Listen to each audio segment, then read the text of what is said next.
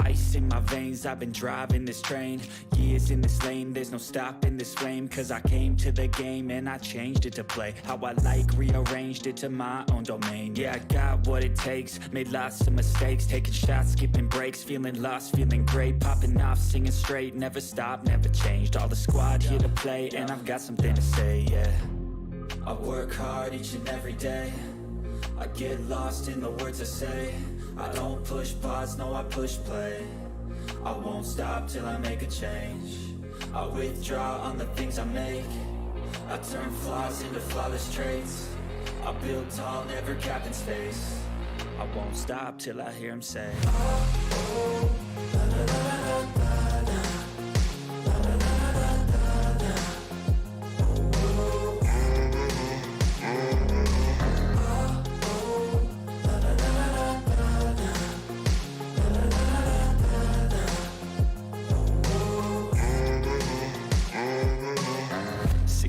And I'm up again. I got tired eyes, need a cup of blend. That's right, in the AM, that's my only friend. No light, just the sun coming up on the horizon. I lose track of time, yeah.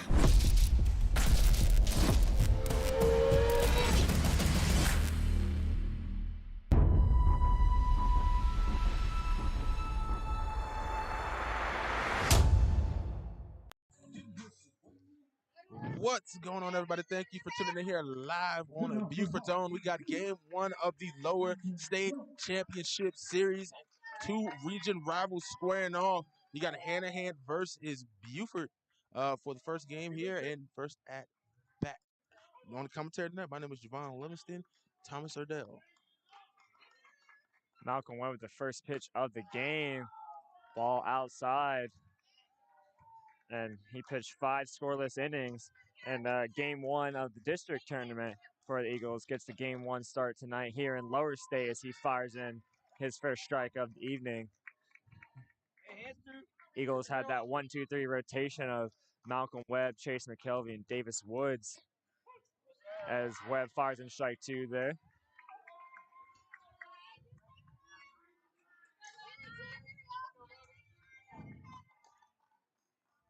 Yeah, these two teams squared off 2 times in the region. That one popped up high towards left field right there. Shortstop on the catch is Camacho. But yeah, facing off 2 times and Hanahan, winning the region series by average of about 6.5, if I'm not corrected. So I think Beaufort, kind of, already in the hole 0-2 here. Confidence is definitely going to be riding high for Hanahan here tonight. Beaufort definitely has to go ahead and take him because you don't want to, in my opinion, prolong your season. Let's say these are the 2 best teams in 3A. You lose here today. You go all the way around the bracket just to play them again in the finals. You know what I'm saying? And you just kind of prolong your season there. So to boost their confidence in that matchup with Hanahan, in case they beat Hanahan, and Hanahan comes all the way back and not lose this bracket, to boost their confidence in that game there. Yeah, and I count 3-0 here after that quick first out.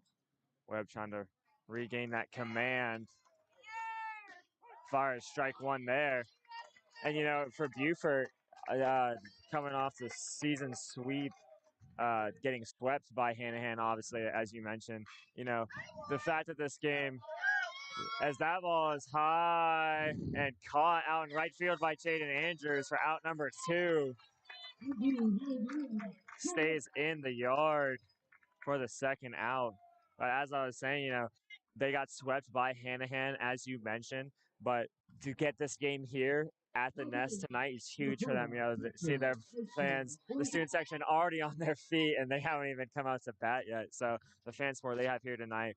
And on both teams, Hanahan's traveled, as we see a lot of fans. The stands are packed tonight for game one of the lower state tournament. Yeah, and like I said, big game here for both teams. Both of these teams think they got some of the best teams in 3A. Just coincidentally, it just shows exactly how tough that region is. You got 2 teams here in the lower state bracket, both in the top 10 as well. And then you don't forget, Philip Simmons got out, but Philip Simmons was sitting right outside that top 10 for 3A as well.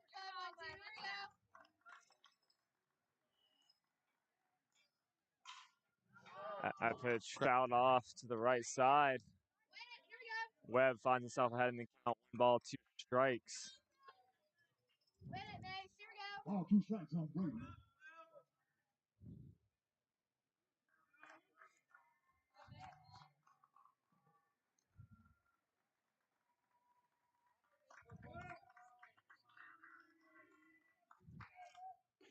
And strike 3. Webb with a strikeout gets out of the inning. 3 batters up, 3 batters down.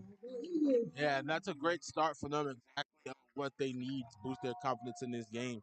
Take on the powder blue Hanahan Hawks there. It's the first time I've seen them in the powder blues. I was gonna say, I was in the pregame. I was looking over at them warming up and saying, "Man, they got some nice jerseys on. You can never go wrong with the powder blue in any sport, in my opinion." Well, I want to thank everybody for tuning in here tonight. It's your first time tuning in. I appreciate you there, whether you're from Hanahan or from Beaufort. Leave a comment in the comment section. Let us know who you're rooting for. You got any final score predictions? Who's your favorite player? Root them on in the comments. So thank you for tuning in. And also, if you're enjoying our stream tonight, you can always text Beaufort to 801-801 to donate and help support our coverage of local high school sports. It's Beaufort to 801-801. Start of a nonprofit media organization here in Beaufort to teach students about sports broadcasting and media to be able to take on to the next level, like Big Dog Thomas over here going to USC. How you doing? Yeah, and Zach Talbert, Buford's leadoff man, was watching him earlier today on Loco Sports. Obviously, me and you were on that podcast the other day. I had a blast talking about Buford High sports, particularly baseball. But, Talbert was a guest himself on today's podcast. And so, before this game, I was tuning in, watching what he had to say. And, he was telling Justin Jarrett and Wes Kerr about how this Beaufort team is very resilient, how they battle to the final out. So, he's looking to continue his hot streak. Leadoff hitter, had a triple to lead off the other day against Gilbert. Had the bunt and stole second base at the end of the game, which allowed Mason Connolly hit that game winner. So he's just been a do-it-all player for Beaufort this year. You see him walk to the batter's box now to lead off for the Eagles. Yeah, and like you said, speaking of that resilience, of the Eagles, they've had a lot of they've had a lot of close wins. They've had a lot of come from behind wins. They've also had some dominant wins. You know what I'm saying? So they've kind of went through all the highs and lows that you can have in the season for a baseball team. So.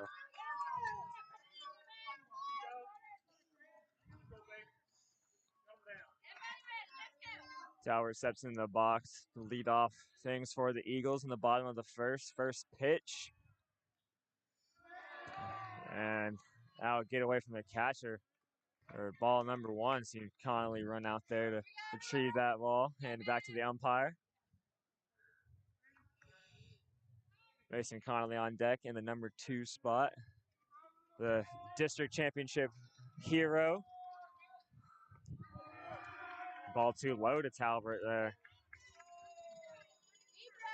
Yeah, and I know he's excited, and I always love when the kids, they go back and watch the games later and they share the highlights. That's like kind of like a proud moment for me, a little bit on the inside. And yeah, he posted to his right. Instagram, and I responded, and I told him, clutch piece of hitting. So he used our footage as well. So, and one of Gilbert's players, Jake Torbett, he posted the clip of as Talbert gets walked on 4 pitches there. One of my friends sent me the clip of when Zach Talbert caught his line drive in the 8th inning, I believe it was. And, they use our footage as well. So just seeing our footage, over social media, like you said, proud moment. Just really cool to see that. Connolly with a runner on first after Talbert was walked on 4 pitches. Steps into the batter's box for the Eagles. And showing bunt, pulled the bat back, but strike 1 nonetheless.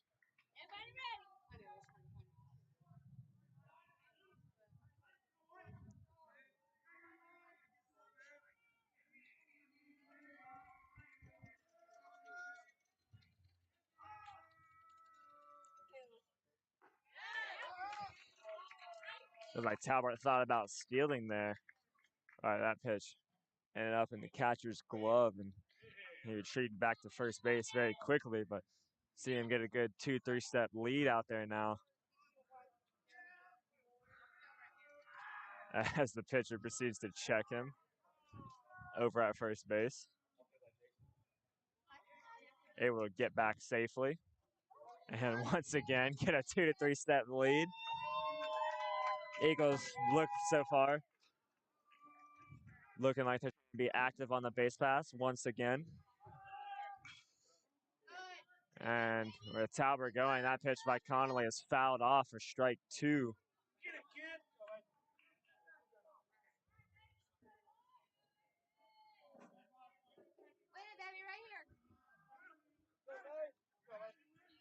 I think the more exciting part, the more teaching this game that this girls softball team losing yesterday to Marlboro County 62. Now they're in the stands to get added to parts of that Kirkland crazy crowd. And that one hit right over the third baseline, bouncing over the base, sliding in, save. Connolly with a double there. Talbert winds up at third. And that one just bounced over the third base bag, it looked like there. And great piece of hitting. The top of this lineup for the Eagles has been hot. And already runners on second and third, no outs for Logan Brucher.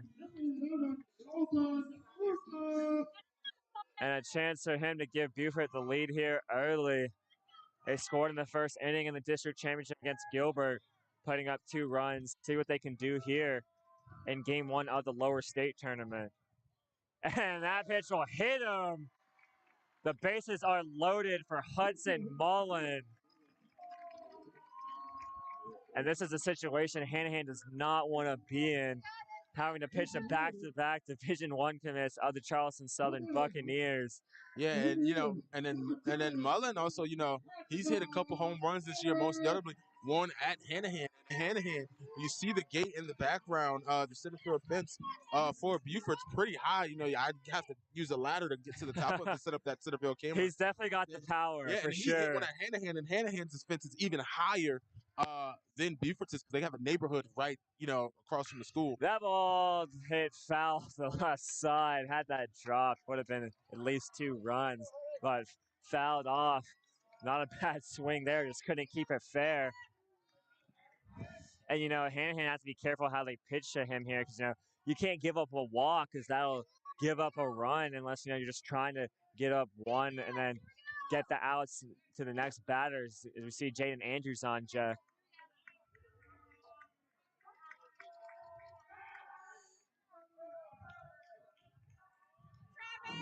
And Connolly thought about going there. Looked like Beaufort might have been trying to pull off the double steal. The pitcher throwing back to second base.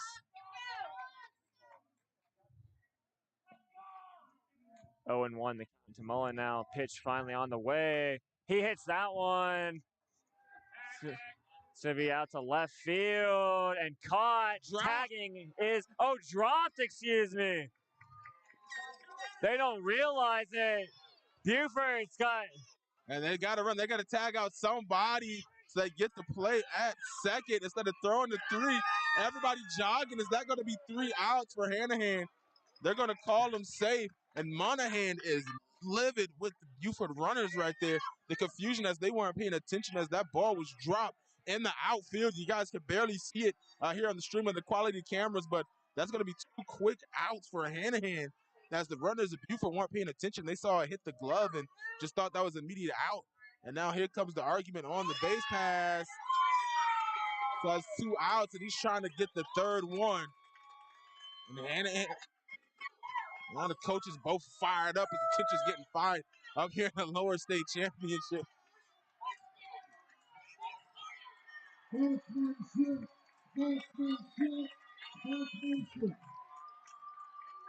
I'm not exactly sure what was going on with the Beaufort runners. They just all stopped. Yeah, they thought, like I said, just like you said caught, and that's what they thought too. They thought that ball was caught, but it actually, he caught it for a second and then dropped it immediately. It's like, I'm a football guy. This is the best way I can do it. You catch the ball and they say you got to make a football move. He caught it, but I guess he didn't make a baseball. He dropped it right after it. So you got to get it in the glove. You got to close the glove, and it's hard. Trusting the ball being hit at a high speed, but you got to make that play to close the glove. And it's like, well, he closed it. It's like he had it for like a second, and then he just dropped it immediately after. And so let's see what the final call is going to be right now. 2 outs for Beaufort. And the umps trying to get everybody calmed down on both sides.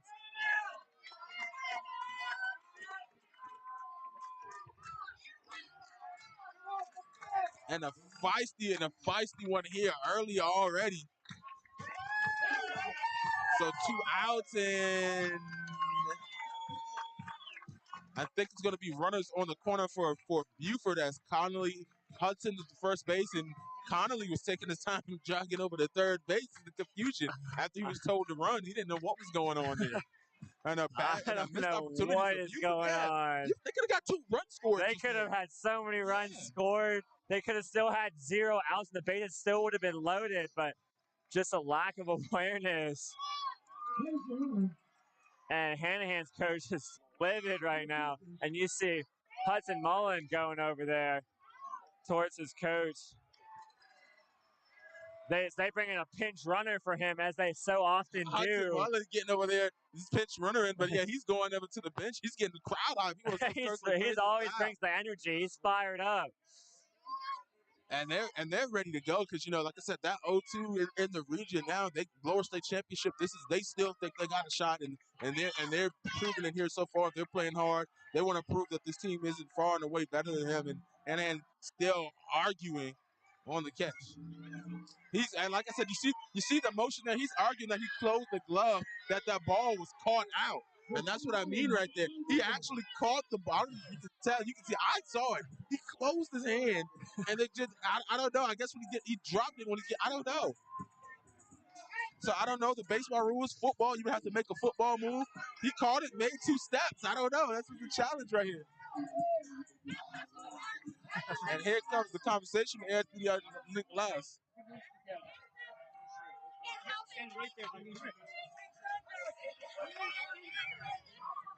And it looks like we got a fan kicked out for Hanahan.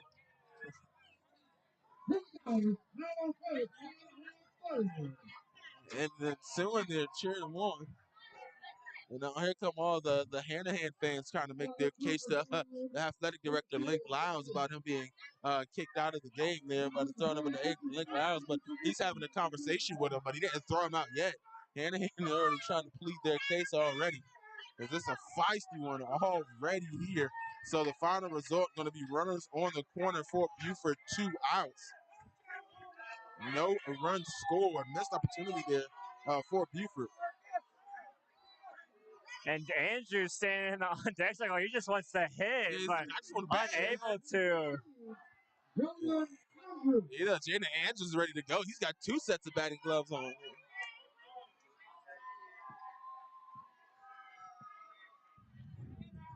And just 1 out. Beaufort very lucky. But after it all gets sorted out, Connolly's still standing at third. And now it looks like a mound meeting there.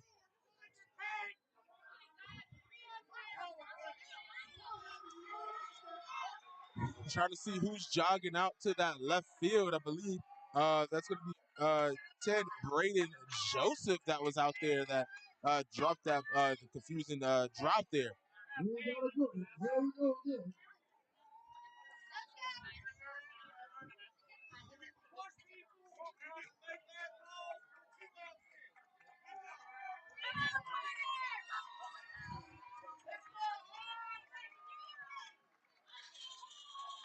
So the scoreboard still has 1 out on it, but they took 2 runners off the bases there. So first and third. Yeah.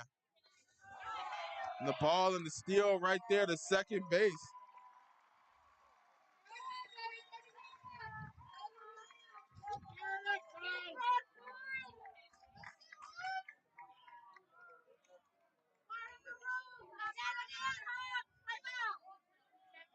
Andrews, second pitch in the at-bat on the way, ahead of the count 1-0.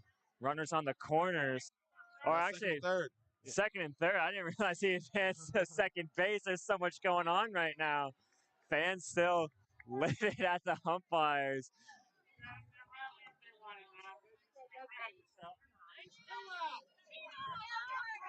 And I think they put one of the Hanahan fans in timeout. They didn't throw him out, but he's standing right next to the AD there having a conversation.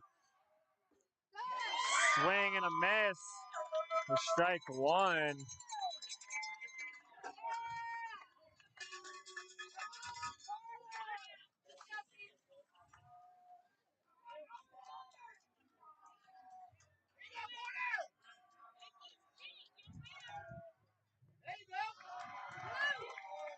Three 3-1 hitters count.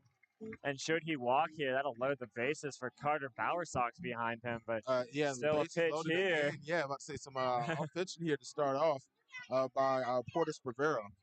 And, you know, for the rest of this game, Beaufort has to do a better job of watching the ball, you know, in that when it gets its finds its way to the outfield. Some of my words there still can't get over that play. You know, they just got to do a better job paying attention to it. Strike two, runs the count full. Andrews stepped out, looked like he thought he was going to be walking towards first base.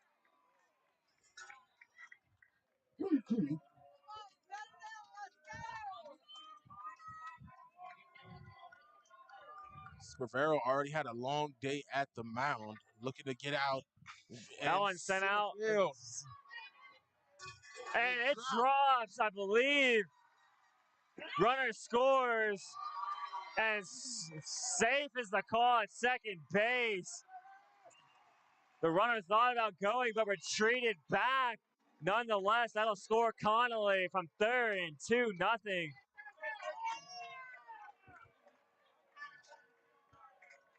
Jane Andrews with a nice piece of hitting here. And up comes Carter Bowersox.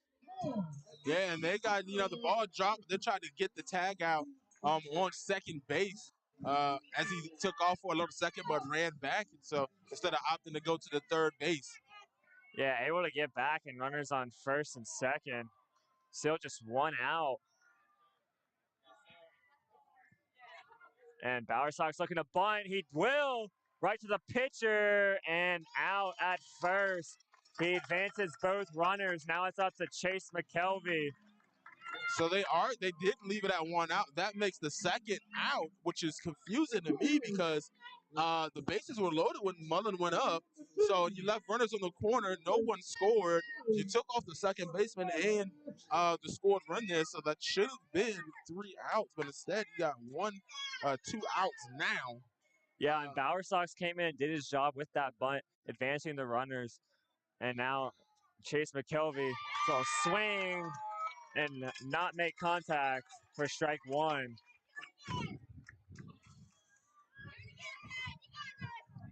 Matthew Golden checking in with a Let's Go Bowersox. Welcome to the chat, Matthew. How you doing tonight?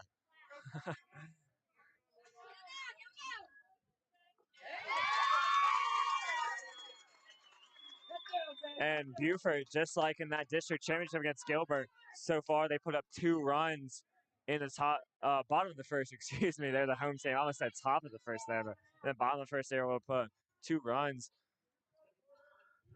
So far, 2 runs here. And sending that ball out to right field. And making the catch for the third out. Beaufort able to put up 2 runs, but honestly could have been more, should have been more, had that base running mistake not happened. But nonetheless, they find themselves up 2-0. I want to thank everybody for tuning in here live on Beaufort. We got the first game of the lower state championship here at the Nest. Beaufort High School, second inning on the way when we return.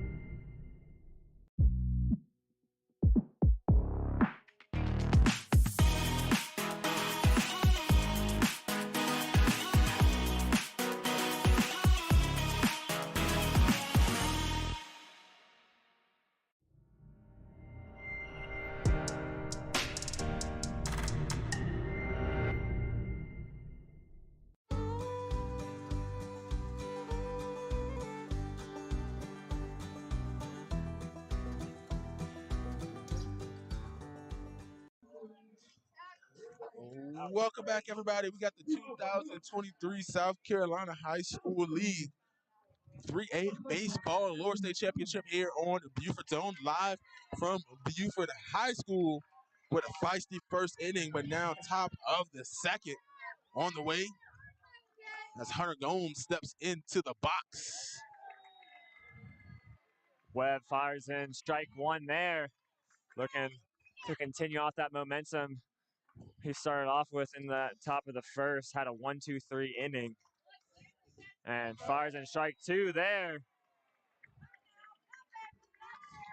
And Hunter Gomes having a battle his way back here. He wants to get on base. Down in the count, 2 strikes. And he'll send that one to the shortstop, Camacho, with the throw. Bower Sox, that ball is going to get away. Jaden Andrews chasing it down, and he's going to get a triple. Sliding in safely at third base. A leadoff triple from Hunter Gomes. He's down the count. No balls and 2 strikes, and puts that ball in play in the air from Camacho to Bower Sox. Yeah, shocking, the routine play there from Bower Sox, stretching out to go for the tag there, but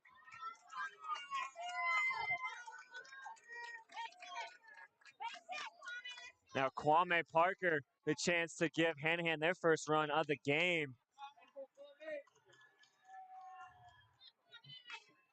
Fouls the first pitch off over the right field fence. Or wall, excuse me, not the fence.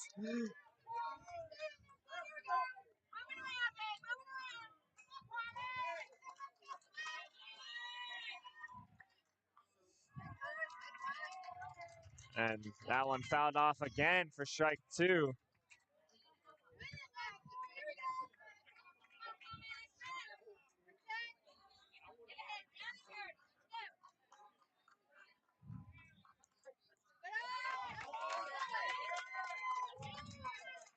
That pitch low for ball 1.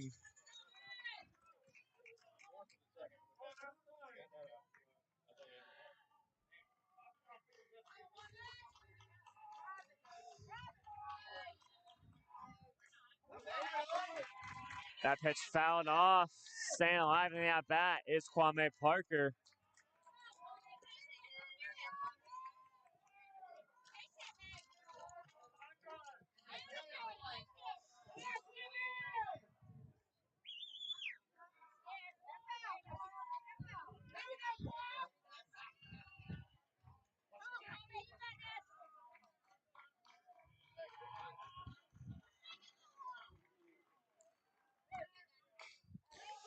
The tapper of the first base side caught. And Connolly not running up to replace Bower Sox off of first base allows Parker to get on. I honestly thought Bower Sox caught that. I thought it popped up right to him, but I guess it took a bounce. And now runners on the corners. Bower Sox coming to get that play. Or ball, excuse me. And now a mound visit to Malcolm Webb. Finds himself in a jam here in the top of the second. No outs, runners on the corners. And that one just not really his fault, Connolly has to be covering first base for Bower Sox. Bower Sox came forward to make that play.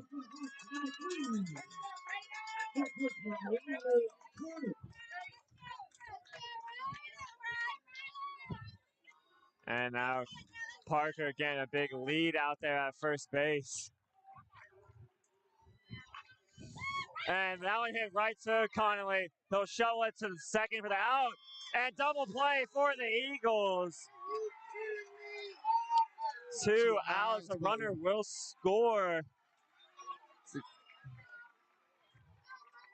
Nice defensive play from Mason Connolly to make up for that error there. Him and Bower Sox had the confusion on that last one on the bouncer there, but now the double play there, way to recover, and that's what we're talking about, a little bit of resilience there. Yeah, and that shovel pass from Connolly to Camacho, and then the strong throw from Camacho to Bowersox at first base. Just an all-around great play defensively for the Eagles. But 2-1 now the score. That one fouled off to the left side for strike one. Evens the count at 1-1.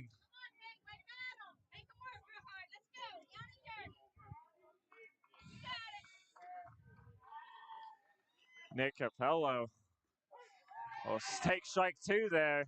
Not even lifting the bat off his shoulder.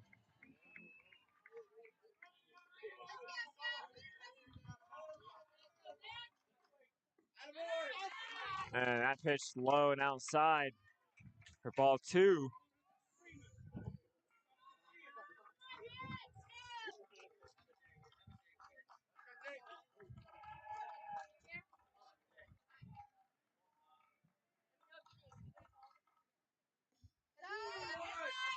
And full count now.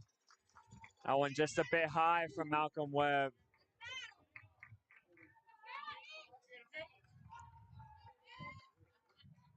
Payoff pitch. Swing and a miss. Webb gets out of the inning, only giving up one run. And that double play from Connolly was huge for the Eagles, as there were no outs and runners on the corners, but Webb able to only give up one run, and Eagles still had the lead heading to the bottom half of the inning. And I tell you what, a little bit of confusion, on the bags by both teams committing a couple of errors, but other than that, some solid pitching so far. More so on the arm of Webb there, but they got to get it together, man. A lot of errors. They can feel the tension of this game and making some mistakes. They got to settle down a little bit. They both know this is a big game. Hanahan is already 2-0 in the series, the season series, basically. And, Beaufort looking to, they might be a little complacent, and Beaufort is looking to prove that, they're just as good as Hanahan is. And to feel the jitters here, this one is for the marbles right here, going for Lower State here. Yeah, in both games that Beaufort lost, it was by a wide margin both times they played this team. So, they're looking to hang in there with them so they can compete with the region champs. Definitely a revenge factor for the Eagles after being swept to lose the region. Now Dominic Camacho, who was standing on second base and made a strong throw to Bowersox to turn that double play, will make his first plate appearance of the night.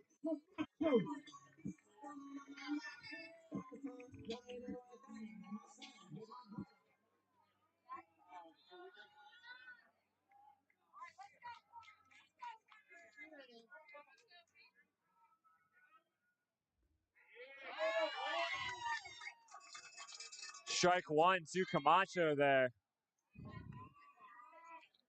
Michael Jen, welcome to the chat. Let's go Eagles.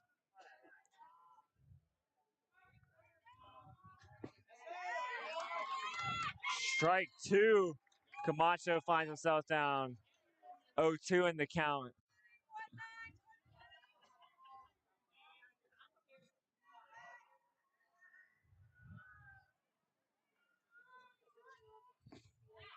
And that one outside for ball one.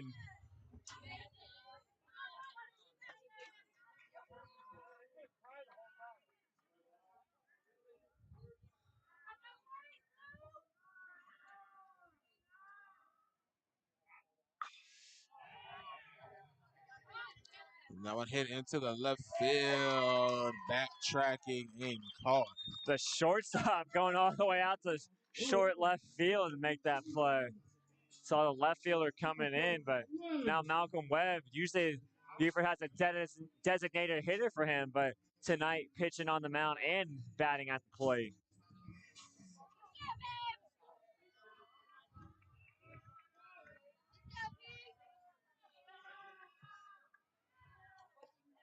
Strike one to Webb there.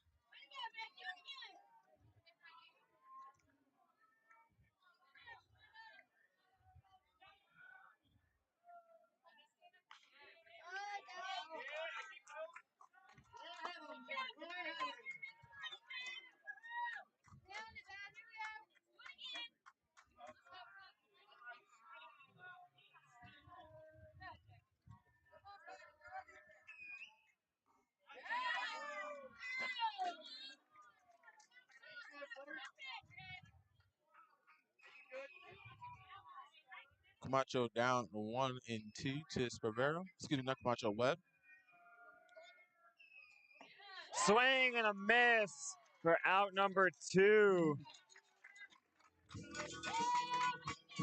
And turning up the Eagles lineup, or turning over, excuse me, back to the top of the lineup, Zach Talbert. In his first plate appearance, he walked on 4 pitches. Cool night here in Beaufort, 73 degrees, mid-teens on the wind.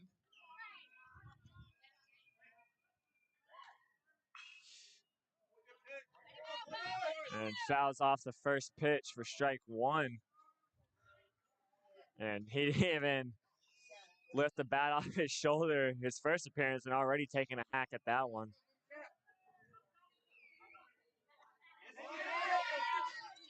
And I'm going to say he did not go on the check swing.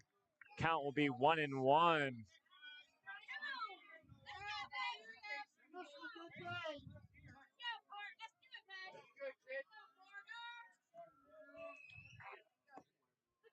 And that one inside for ball 2 to Talbert.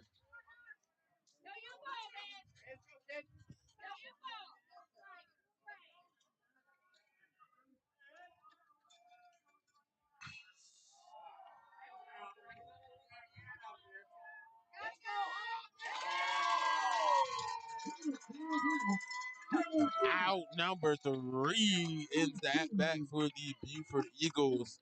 Talbot sends one out in the middle of the center field. And that's going to be the end of the second inning. We got a 2-1 ball game here for the first game of the lower state championship here at Beaufort High School. When we return, more action.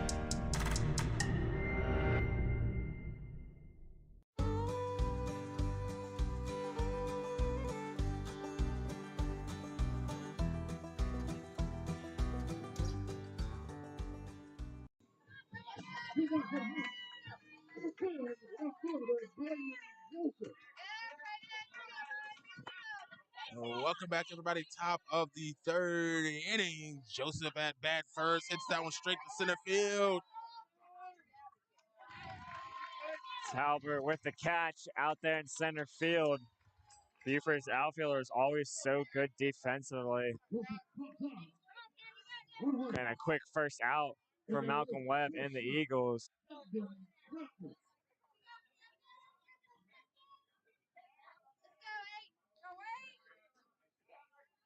Camden Cackley. Let's take ball 1.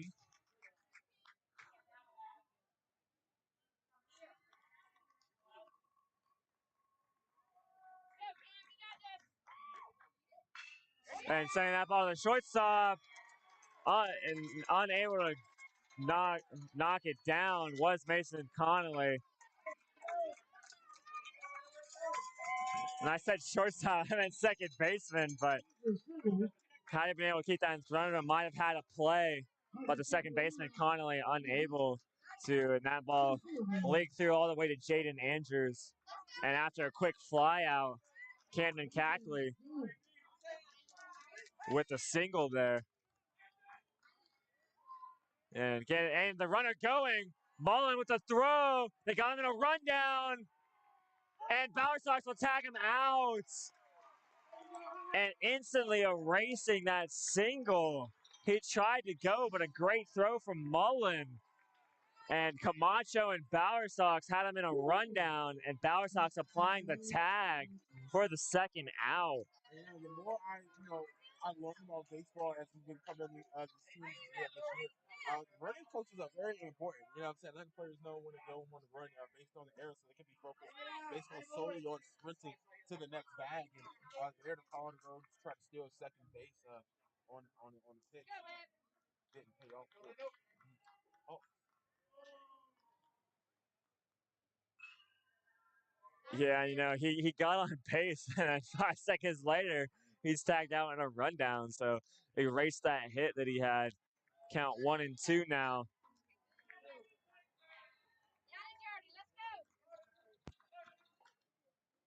That pitch nowhere close for ball 2.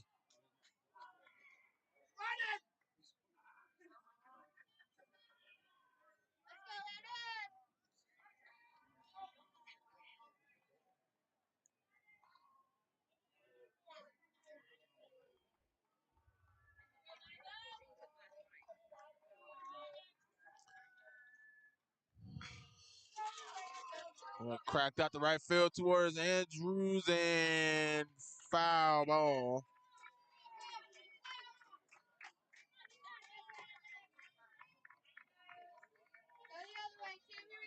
Even at all twos here. 2 balls, 2 strikes, 2 outs. 2 balls, 2 strikes, 2 away.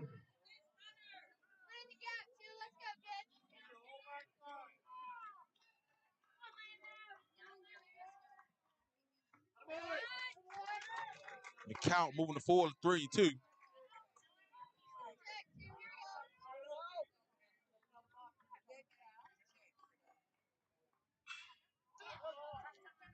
Cracked out to left field, being chased down and called out number 3. Logan Boucher out in left field, making the play for the third out.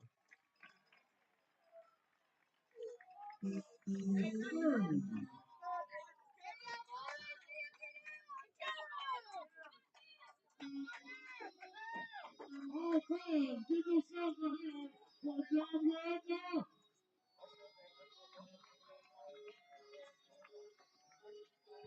Thank everybody for tuning in. Just a reminder, if you're enjoying our stream, you can always text Beaufort to 801-801 to donate and help support our coverage of local high school sports.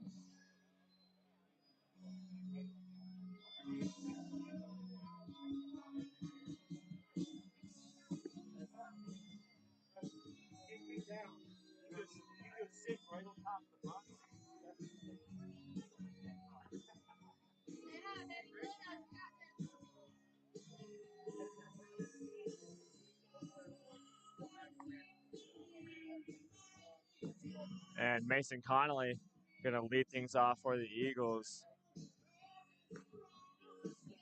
Bottom of the third inning.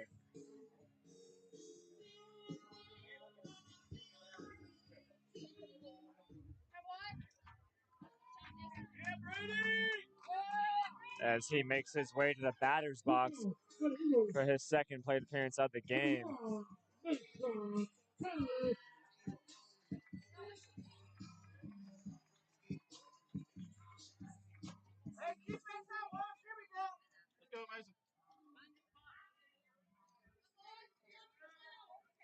Bottom of the third, fouled off towards the pole, holding all the cameras here.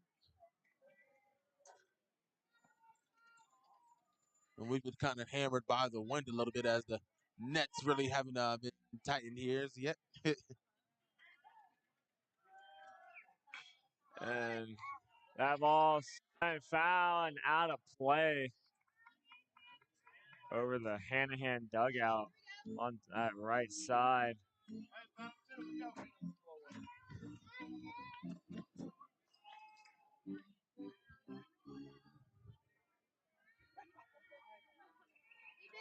And 0-2 the count to Connolly.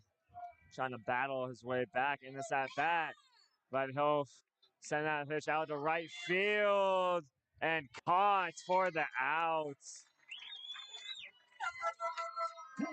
The right fielder charging in there.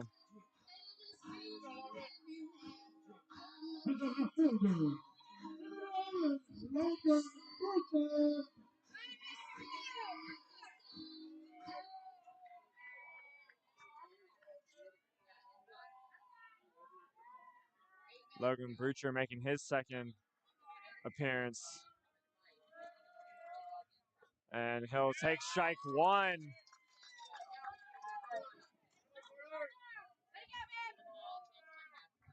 And he was hit by a pitch in his first plate appearance. Looking to put the ball in play here as he swings at that one. Chopper to the shortstop, the throw, not in time. And he will stay at first base as he was not able to round it quick enough. But he finds himself standing on base.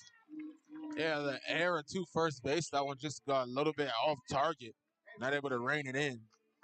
And that brings up Hudson Mullen, the base runner, and only one out. I want to apologize to everybody watching our stream at home. Nets really have been tight in there, and the wind's blowing a little bit heavy there, so you got a little bit of the net popping in on the angles here.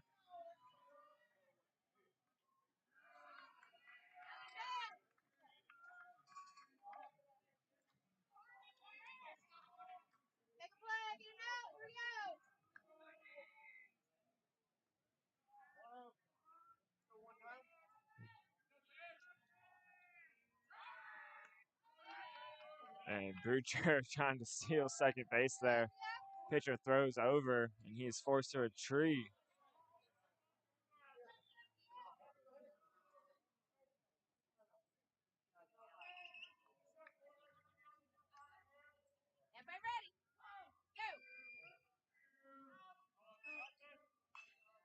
And that one fouled off his hands for a strike. Not exactly sure what Mullen was thinking there, swinging at that one. Didn't really do necessarily a full swing, but nonetheless count 1-1 to number 10. As Brucher gets chased back to first base once again. Second throw over. Able to get back safely and steps out to another lead. And once again, the throw over, and he will be safe. I don't know. Maybe it's just me, but at a certain point, the throw the first, for the check to first base kind of gets old, man. Throw the You ball, gotta man. hold that runner. You can't let any runners advance in a game of this magnitude. This is a lower state tournament. Every run matters as they throw him there and is able to get back. And little lucky on that one. Looks like they could have had him. But yeah, see, now that was different. You throw the ball, you throw the pitch, and he takes off, and you want to try to get him, slow to get back. That's different. But didn't know he's standing 3 feet off the bag. He's going to get back, They almost had it on that pitch. And a big lead yet again. Able to get back, and the ball dropped there for a second. And Hudson Mullen, a lengthy at bat for him, and not because of the amount of pitches that he's seen or anything, right. just all the throws over. This is like, is there such thing as ice in the hitter? Is there ice in the batter?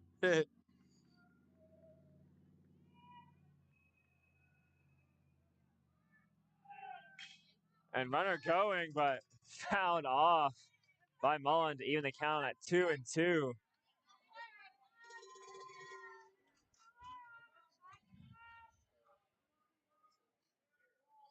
Two strikes. One away.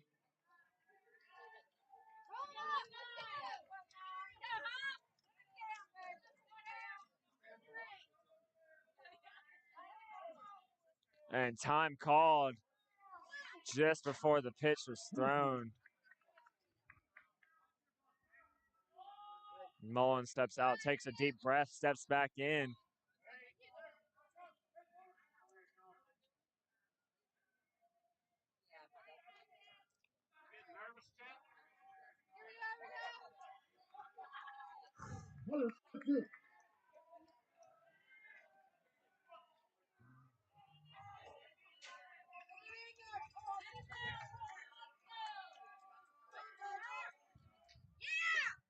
And that ball low, runs the count full.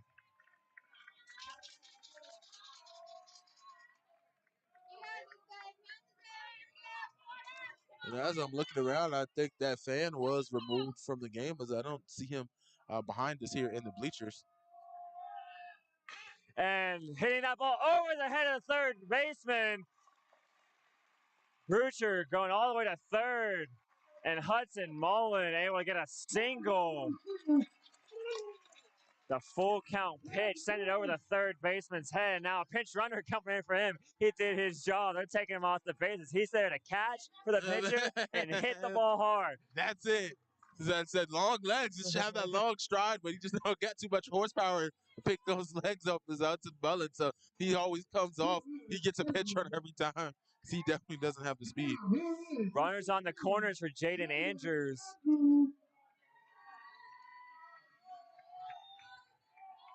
Sparvero looking to avoid giving up another run here. Runner scoring position wide outside for the first ball.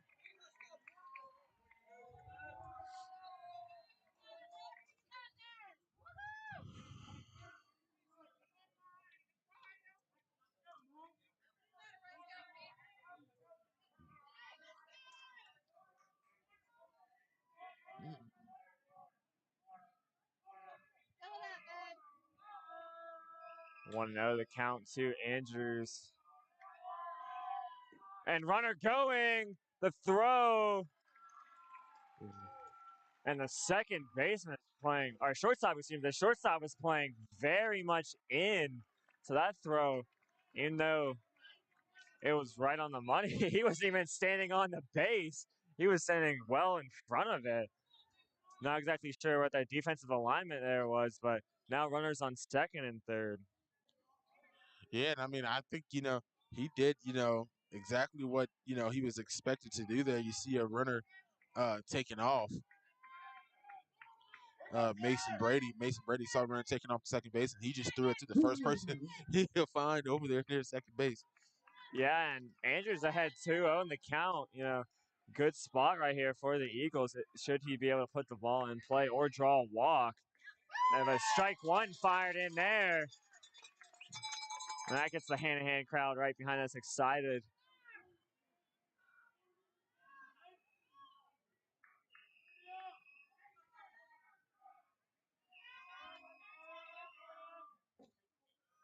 Now 3-1 the count.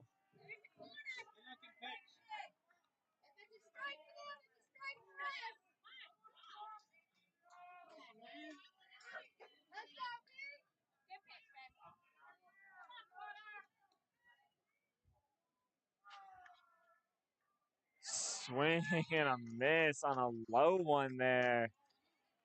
And it would have been ball 4, but Andrews just unable to resist that pitch. And a big spot for Beaufort here.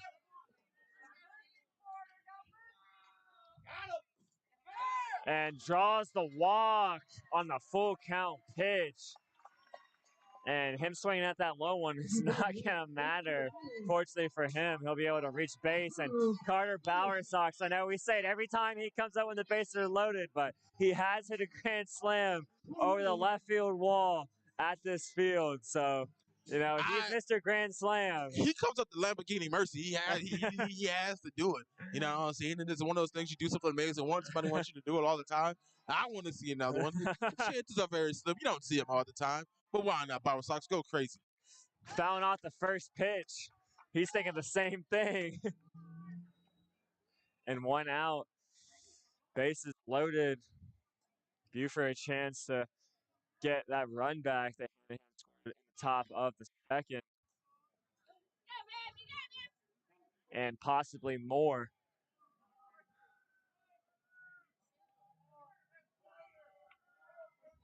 Chase McKelvey on deck behind Bauer Sox. Looking to do some damage here. And out at second base. Unbelievable. Now runners on the corners and 2 outs, and that erases the potential grand slam for Bauer Sox. Another base running error for the Eagles.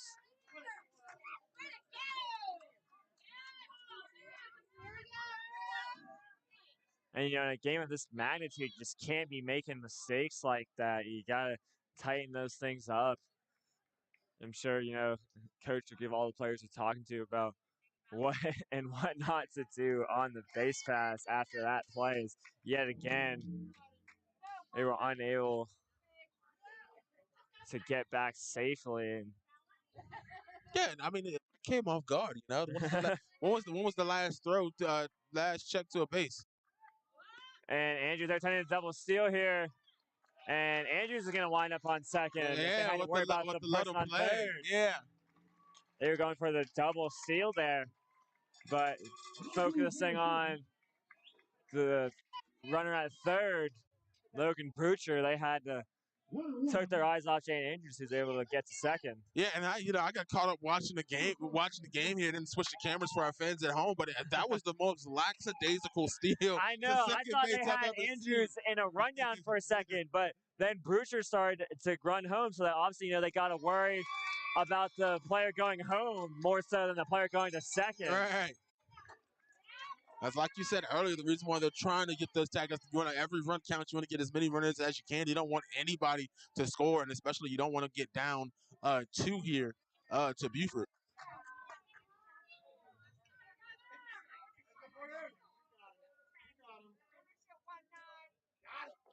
Swing and a miss. And after having the bases loaded and 1 out, the Eagles are going to leave them stranded as they had a runner thrown out at second base with a second out, and then Bauer Sox strikes out there in a big spot. Great pitching by Hanahan. We'll be back for the top of the 4th right after this commercial break.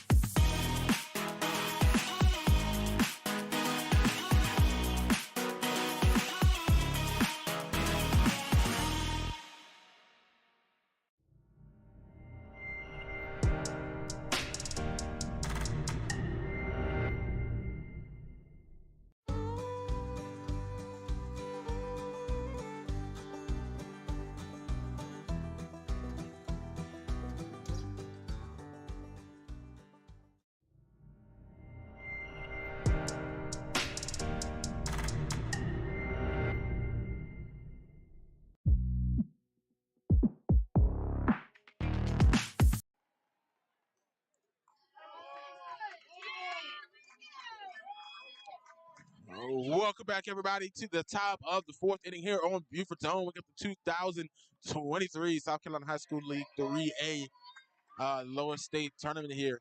Going on game number 1 for Beaufort and Hanahan, regional rivals going head-to-head once again. Jacob Bunting sending that ball to right field. Andrew is making the catch for the first out.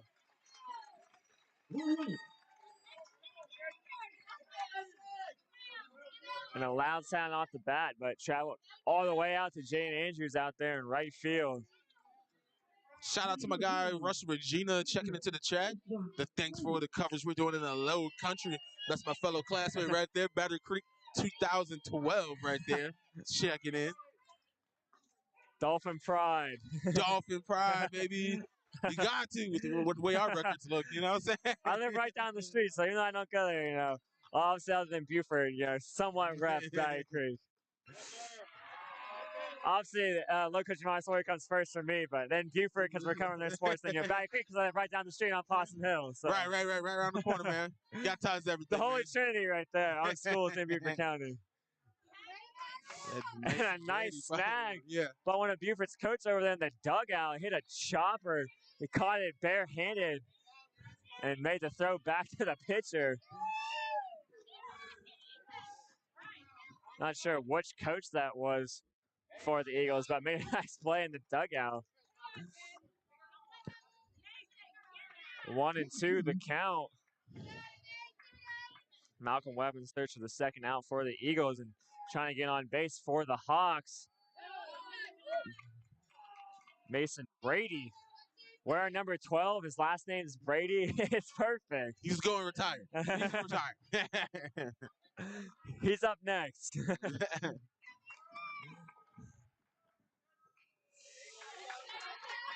I wonder if he chose number 12 for that reason, because his last name is Brady. Yeah, I mean, you never know. It's a good chance he probably did,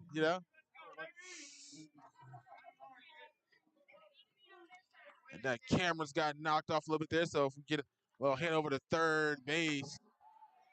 That one's high, straight up. Dominic Camacho making the grab for the second out. And 2 pop-ups for the Eagles. Now up to Hunter Gomes to extend this inning for the Hawks.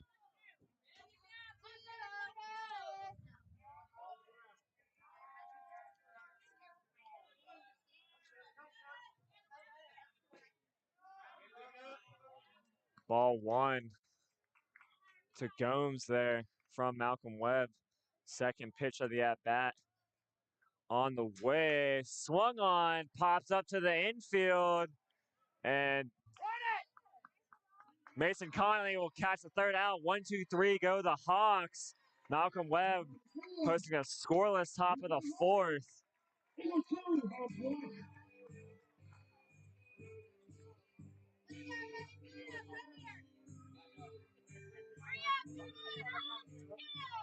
I just telling you, you could have just hit the outward.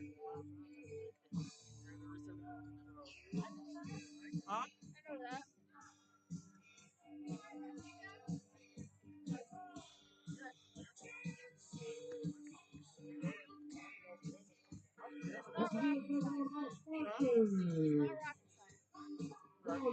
Chase McKelvey going to lead off for the Eagles.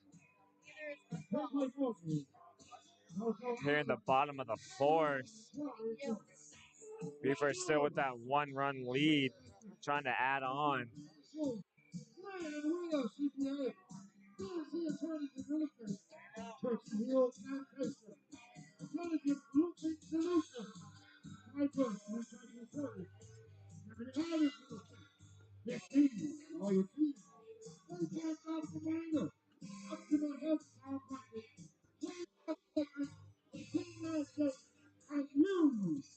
You play fans supporting Eagle baseball all season long.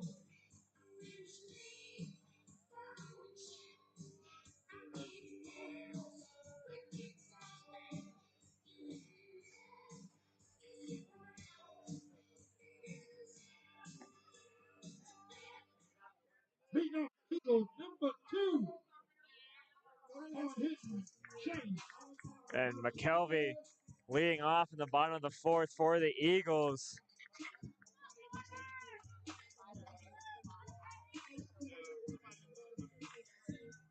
Trying to add on to that 1-run lead, up 2-1 against the Hanahan Hawks.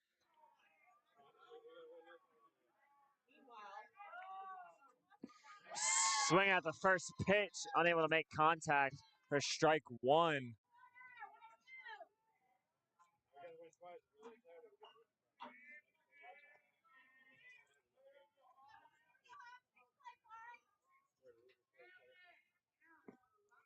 And that ball low. Evens the count at 1-1 to McKelvey.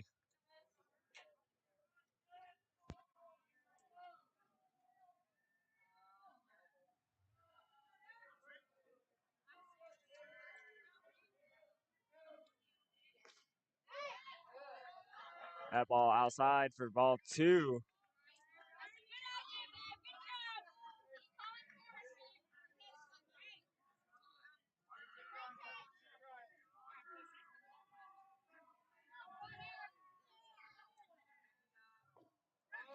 And 3-1 now the count to McKelvey.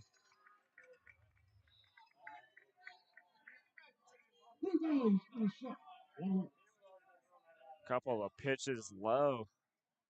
See what pitcher does here.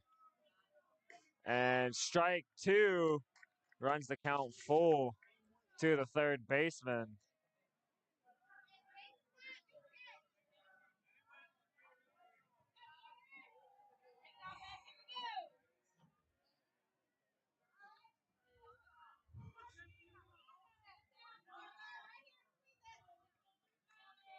McKelvey is sending that one out into center field.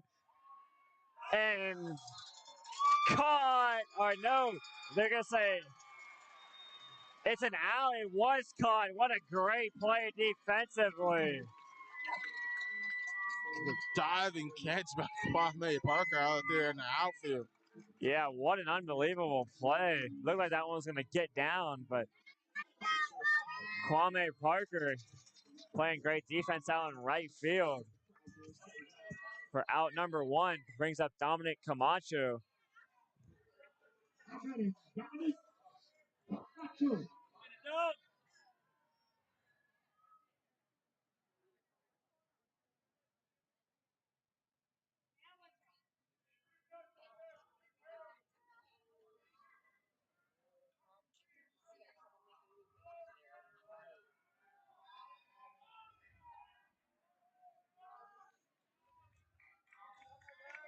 Confusion as someone probably opened the gate over there by the Hanahan side, and umpire from third base was checking in it. Camacho bunting, drop by the pitcher. He's going to be saved. And it looks like it would have been an easy out had he been able to make that play, but the air brings up Malcolm Webb.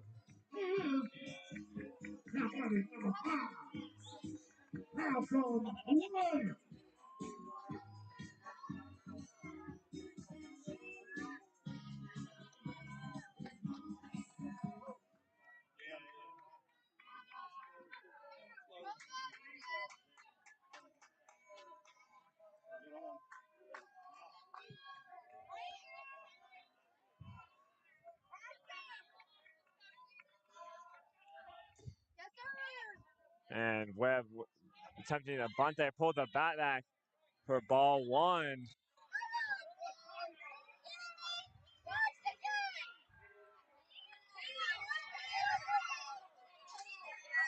Safe is the call.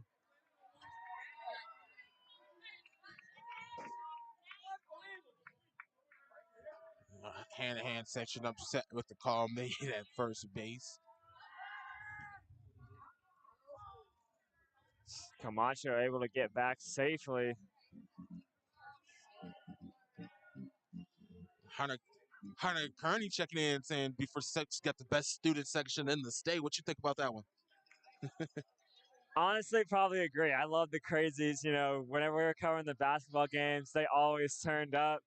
As Webb hits that one to second baseman. He's going to get through. Camacho making his way to third. Webb going to second. And back-to-back airs there from the Hanahan Hawks defense. Brings up Zach Talbert with only one out. And now Creed Smith coming to pinch run for Malcolm Webb. But as I was saying, at all the basketball games we went to, they always showed up. And looking over to our left here, the student section is packed at the Nest tonight. Yeah, it's completely loaded, and they show up.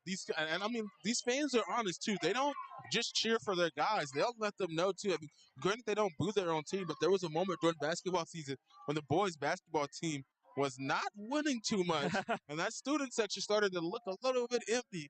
But as region play rolled around, they started winning some games, and you got the steal. The home played safe is Camacho. Great awareness from the shortstop, coming home to score, and Creed Smith's going to end up at third. Talbert ahead of the count 1-0 too. If he can make contact, and it's far enough, even a pop sacrifice fly to one of the outfielders would score Creed Smith with his speed. They brought him in to pinch run for Webb, so he can get it done on the base pass as he winds up going to third on the double steal. Yeah, just a lot of errors this inning from the Hawks defense. I mean, from both teams have made a decent amount of errors here tonight, and every little bit counts. So it's not, it's not like it's going, one way or the other. You know what I'm saying? Both teams have made a good bit tonight, but some Yeah, for costly sure. ones. In a game of this magnitude, both teams have to be feeling the pressure. For Hanahan, they want to remain undefeated against Beaufort, and for Beaufort, they want to get that proverbial monkey off their back and finally beat Hanahan.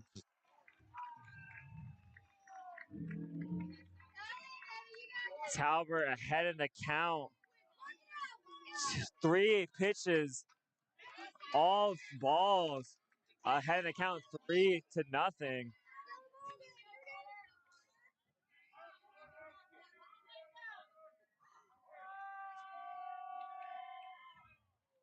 And on 4 pitches, that's going to be a wild pitch. Creed Smith will score.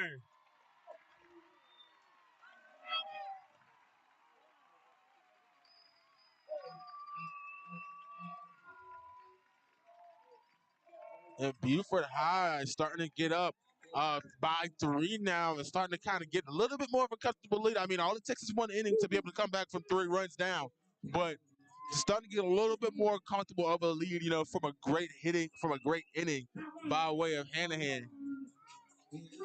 Now up 4-1. Now Mason Connolly with Zach Talbert standing on first base, still just 1 out.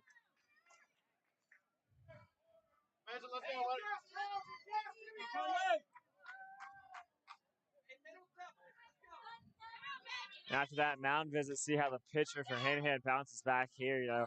Their defense making a lot of errors in that pass ball from the catcher, not able to handle that pitch.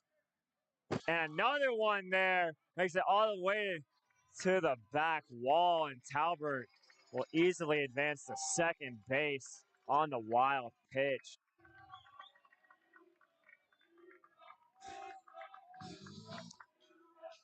And here goes the students that started chanting with the you suck, and the umpire giving them the nod like, hey, knock it off. Don't even start. All right. Yeah, the crazies, they're called the crazies for a reason. All their chants they had in those basketball games, on display here on the baseball field. But I already had a lot of stuff going on early in the game. You don't want that stuff to arise again. You were having to remove a couple of fans, or giving the umpire a hard time. So don't want anything else to start. I've got to calm that student section down. Where's Coach Rass when you need him? Right, where's Coach Rass, man? Softball season's over. Coach Rass, you need to get back on it. And you see Dennison with the jersey on over there, number 88 there in the crowd. Kind of hard to miss over there. 6'6" basketball and football star, here showing that school spirit. It seems like everybody popped out today for the Kirkland Crazies. That section over there is packed. And I love how they have a whole section regardless of sport. They're just reserved for the students. I think that's awesome. They have that at USC. It's called the cockpit is the student section. Obviously a lot bigger than the Kirkland Crazy section because it's, big D1 college. But still love to see that and how schools will do that for their students. And Conley, that's going to find its way to the shortstop, but no throw. Connolly on base once again. Runners on the corners for Logan Brucher. And they are turning up the lights for him. Runners on the corners, 1 out.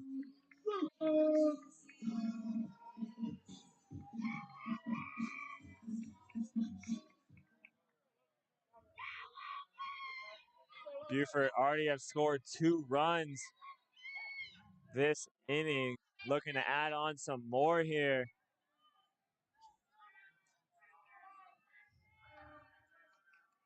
And the runner going.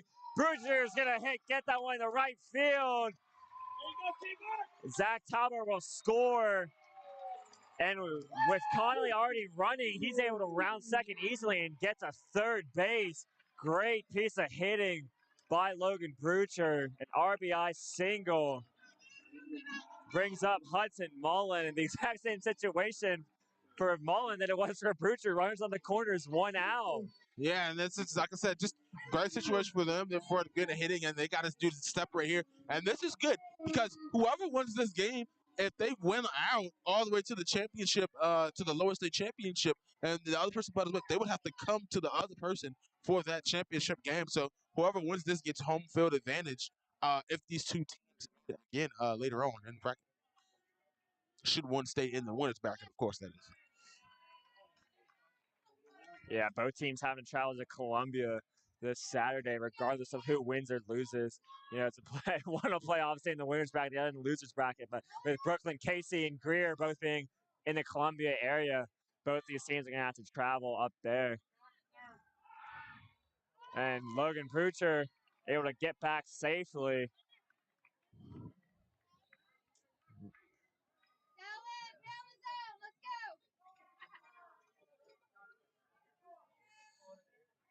I would imagine Beaufort trying to pull off a double steal there, you know, try to get the Hawks to focus on Brucher as Connolly snuck his way home. I just thought it was great. Brucher being able to get that hit out to right field after almost calling for time. That one hit out to left, diving catch made, but trying to tag up here at home.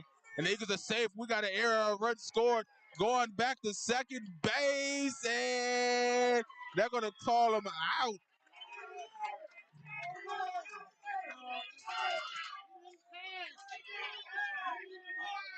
And they're going to say no run. They're going to say they tag.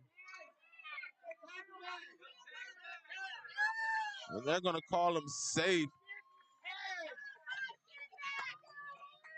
You can see hear the fans behind us saying the Eagles put up a 4 spot to increase that lead. They came in that inning up 2-1. They exited up 6-1. Great job by them. You know, Mullen with that sacrifice fly there. Talbert tagged out at second trying to advance. But the Eagles now with a pretty sizable 5-run lead for Malcolm Webb to work with.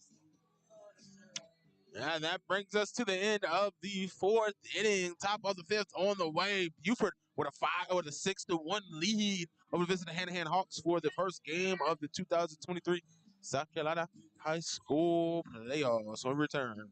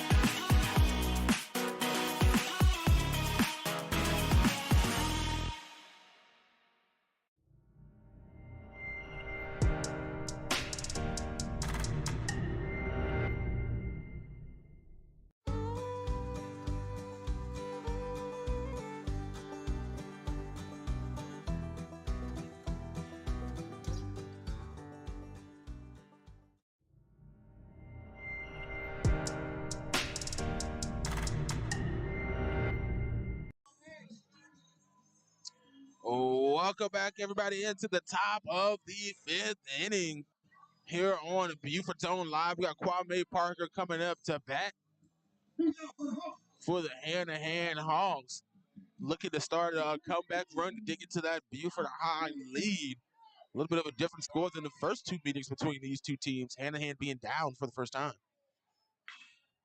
And hits one up to center, right center. Zach Talbert got center field covered pretty well tonight, making yet another catch for the out. Quick first out for the Eagles.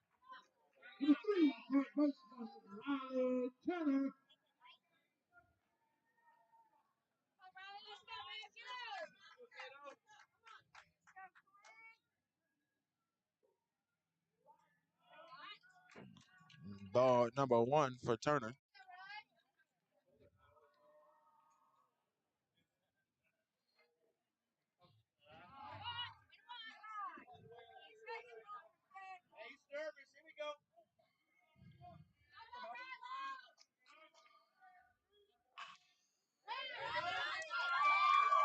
And picked up quickly by Camacho, but Camacho slipping again, man. He might want to change those studs on those cleats. That's the second game in a row we've caught Camacho slipping on the play there, and it looked like he stopped to try to prevent an injury and almost created one there. Yeah, and Chase McKelvey saw him dive for that ball. At first, I thought it wound up in his glove, but it got past him and wound up in Camacho. Like you said, Camacho had to hold up there as severely injure himself. So just unfortunate for the Eagles. That ball put in play could have been an out as that one popped up right side, and it's gonna be out of play. Trying to make a diving effort was Mason Connolly from the second base position.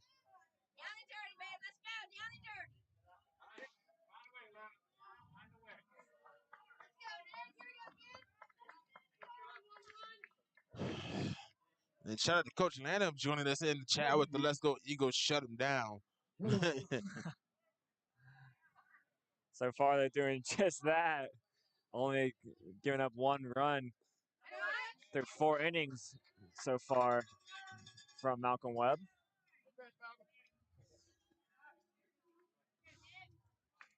Ball one there.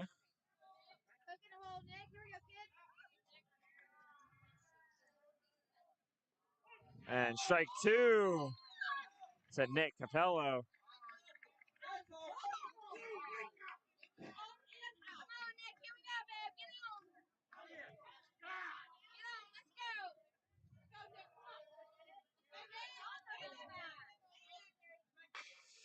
That ball almost caught by Chase McKelvey, but it'll get past him.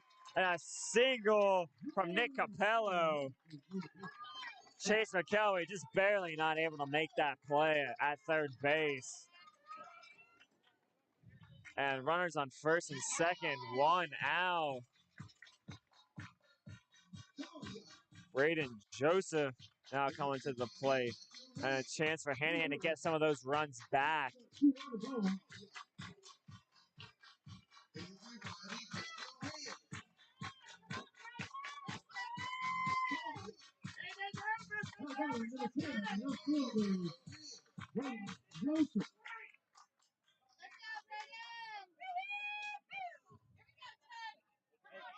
Braden Joseph looking to make up for that error in the first inning that I just want to call the catch rule there out there in the left field.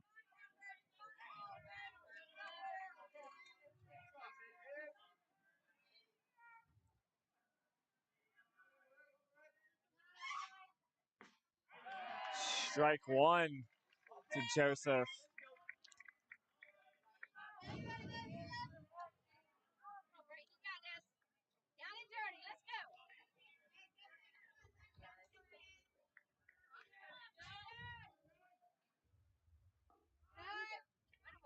That ball inside for ball number 1.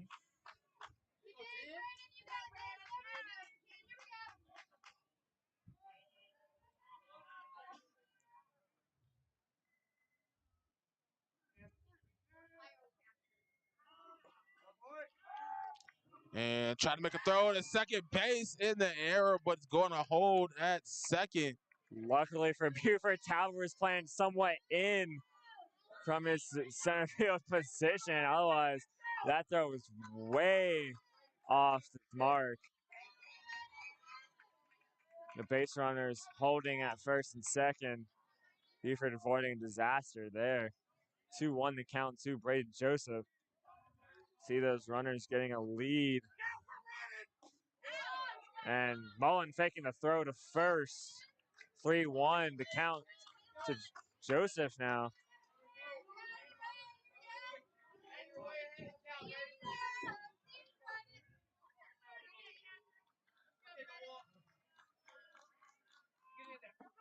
Strike 2 runs the count full.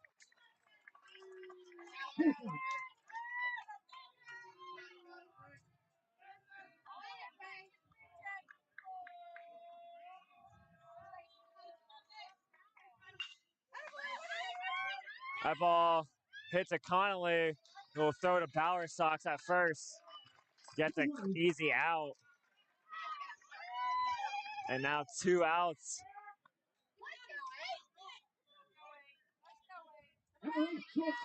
It's out to Camden Cackley to try and score some runs here for the Hawks. Would be a huge blow for them with runners on second and third. And they had just 1 out just a moment ago, now with 2 outs, but they were unable to score some runs in what has been a productive inning for them.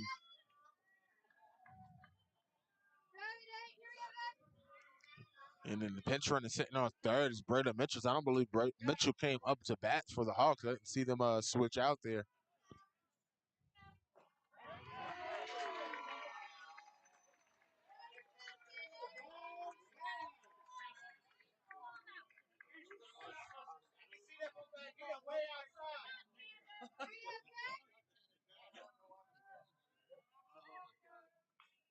That pitch fouled off for strike 2.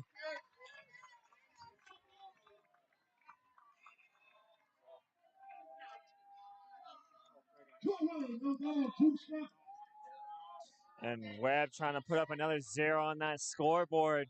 Ahead in the count 0-2.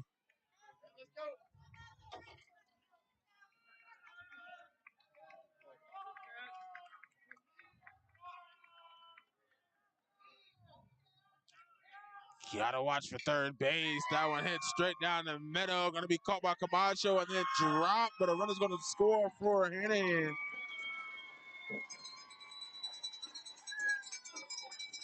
Hanahan able to score a run. And Camacho was not able to make that play. Good job to keep the ball in front of him, however, to prevent another run from scoring. But great piece of hitting there from the Hawks.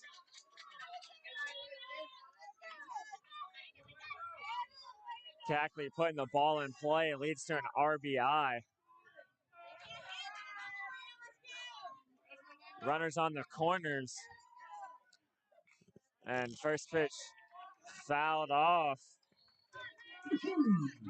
And Hanahan has got to feel good, so far, trying to get that late comeback victory, getting that first run scored since the top of the second inning. Now.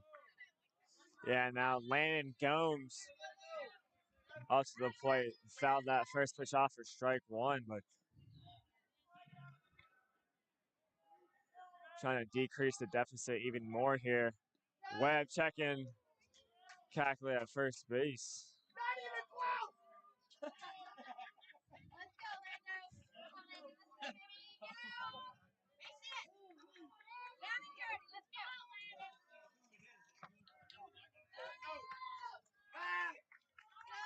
He's too fast for you. Let's go.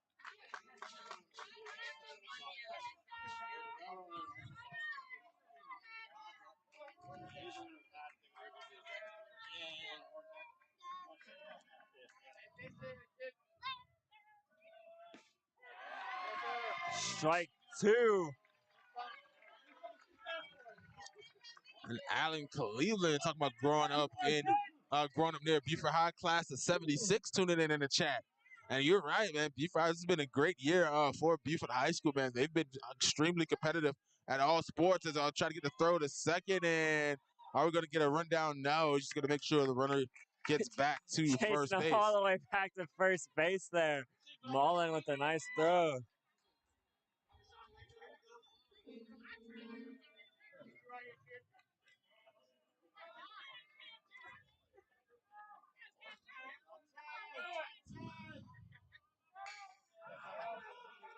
And popped up to the left, trying to chase it towards the fence, and not able to get it too far for Beaufort.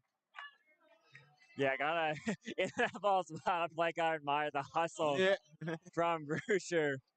It wasn't too. I mean, it wasn't too far, man. It wasn't, necessarily You gotta too far check. out. You gotta check. In a You game of gotta this check. magnitude, every out matters. We're trying to do it again. 2 away. Ball 2 strikes.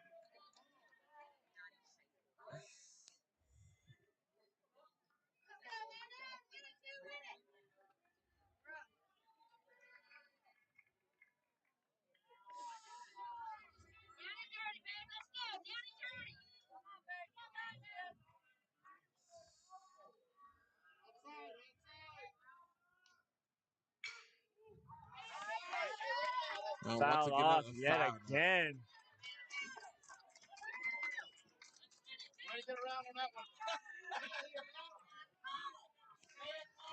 Gomes and Webbs going at it here. Gomes fouled off these last 2 pitches. The runner going, Mullen, and that ball's gonna get away, and Hanahan will score yet another run.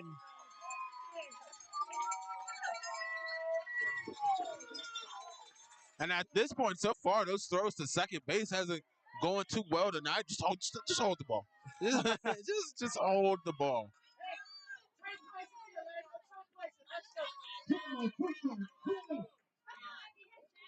2-2 the count.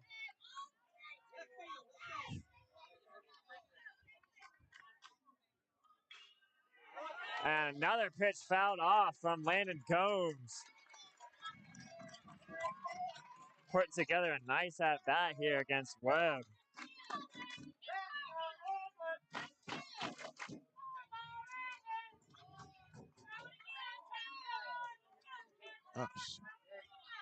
My bad, messed up the scoreboard. We're all even at 2s here. Just give me just one moment. Top of the 5th. And a mound visit 2 balls. from Mullen. Strikes. And then 2 outs. And then a runner on third Mullen base. I mean, excuse trying me, to get on second the base. same page as his pitcher. As he walks back and takes his spot behind the plate.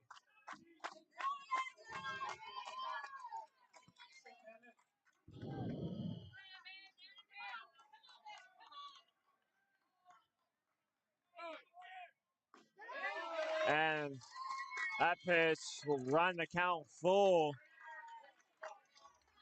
Landon Gomes putting together a nice at-bat here, able to battle back from down 0-2 in the count. Payoff pitch from Webb trying to get out of this inning. These 2 runs, most definitely not his fault. That one fouled off straight back.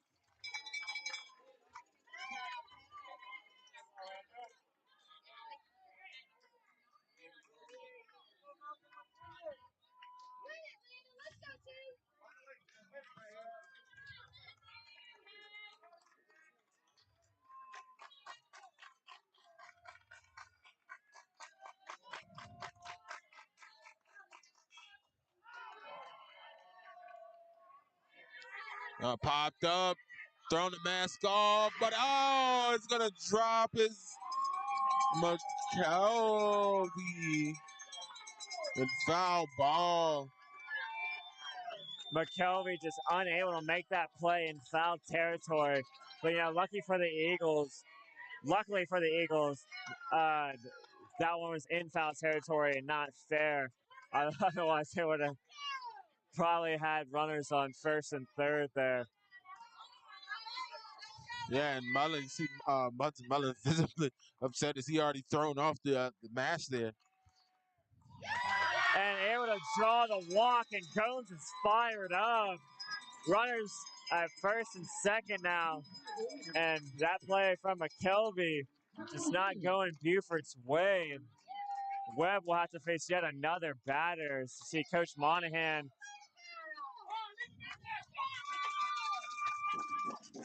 And, none of these base runners have really been Malcolm Webb's fault. The 2 runs scored, the throw got past the second baseman from Mullen, and the other one, on the air. So these Yeah, aren't they both, necessarily yeah. earned runs. Obviously, they're runs nonetheless, but you can't really pin this on Malcolm Webb. Yeah, a couple. I think a couple of throws over the second base going through an error at first base that went past Bauer Sox earlier in the game. These are things that that unfortunately are part of the game. But as far as a visit, for Davis Webb, I don't think so. Okay, granted, he's thrown a couple balls here and there, but the inning could have been over. I mean, the top of the inning could have been over. If you're Had Chase that ball's McKelvey kept. over at third base, you called the pitcher and the catcher off. You got to make that play. I feel for the guy, obviously unable to make that play. Unfortunate for him, but you have to get out of the inning there. You can't allow a player like Jones. Now you see the ball getting away from Mullen there, and now Beaufort just continuing to add on to the mistakes that they've made, not only in this inning but in this game. And they got to get this out. They got to get out this inning really quickly. Now the game is definitely now. I don't think you need an outstanding inning from Hanahan now. The game is within 3. All you need is a decent at bat for them in one of the final couple of innings here for them to be able to take over this game. So, but Beaufort has to survive here. They can't give up a 4th run, a 3rd one this inning at least.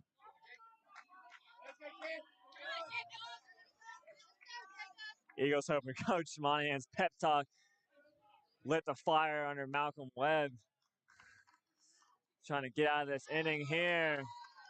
Good job by Mullen blocking that, not letting it get by him as the previous 2 pitches did.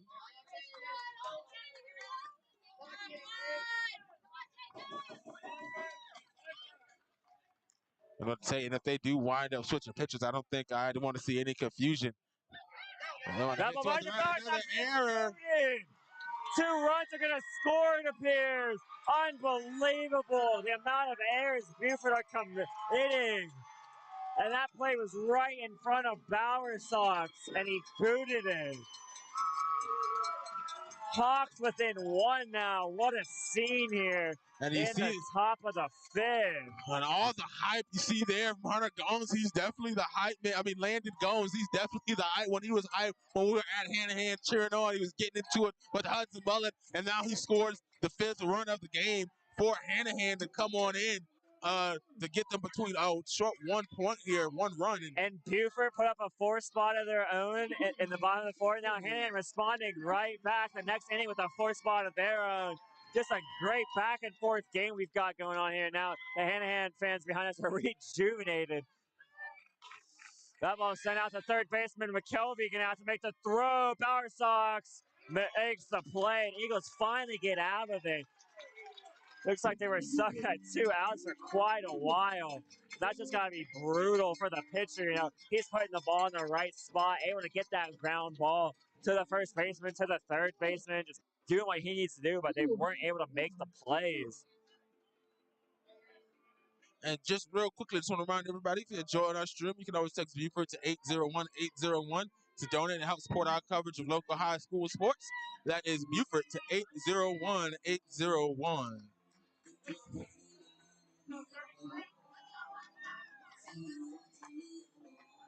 But yeah, Hanahan putting up a successful at bat there at the top of the 5th inning, just what the doctor ordered for them. Putting it back into this game, and now these 2 are battling out in the sky. Eagles versus Hawks here, trying to knock each other down. And what you thought was going to be a great confidence win for Beaufort, coming in here to being able to dominate Hanahan throughout this match, and if they wind up battling again later on in the bracket. But now at 5-6 win, they might barely be able to escape this one. They got to find a way to hold on to that lead. They can't give it to Hanahan, or they might not look back. Yeah, like I mentioned, they're trading 4 spots. Beaufort putting up 4 runs in the bottom of the fourth, Hanahan responding with doing it in different ways, obviously benefiting from a lot of those errors, but runs are runs nonetheless. And they find themselves down one here. Beaufort, trying to swing the momentum back their ways. Right now, it feels like it's all on Hanahan's side. Especially after, Landon Gomes at bat, he was able to draw that walk. That was the start of it for Hanahan, because when he got on base, he was fired up. Like you said, he's the hype man. So once he got on base, I just felt like the momentum swung Hanahan's way because, they scored one. It's like, okay, whatever, we're still up 6-2. They scored two. Like, okay, we're still up by 3, but they get those other 2 runs. Like, okay, well, now we're only up by 1. We need to do something So we here. need to figure something needs to figure out, and I think sometimes, like I said, I don't think it's Webb.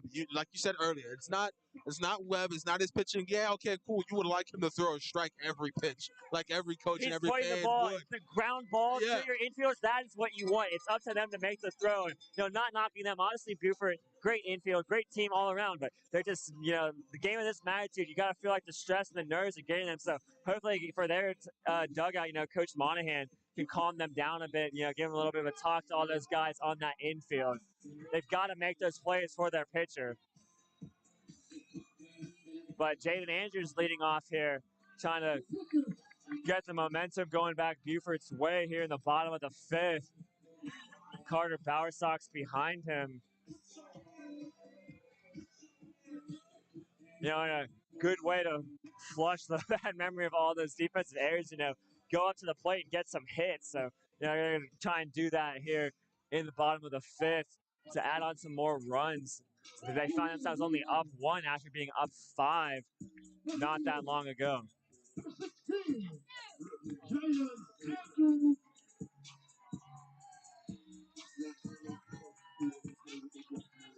And it looks like a pitching change for the Hawks, maybe.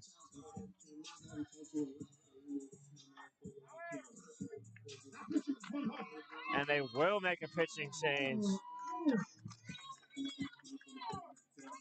Hunter Gomes coming in now. And before the pitch is even thrown, I'm calling time there on his own. Andrews did not call that timeout. But he will now step into the batter's box. And that pitch fouled off out of play. Back into the street. You always mention, make sure you don't park over there. Yeah, I'm glad I never made that decision, man. I made a good decision to not give that park in the parking lot with everybody else. Strike 2. Fired in there quick from Gomes. Andrews finds himself down 0-2 in the count to begin the at-bat.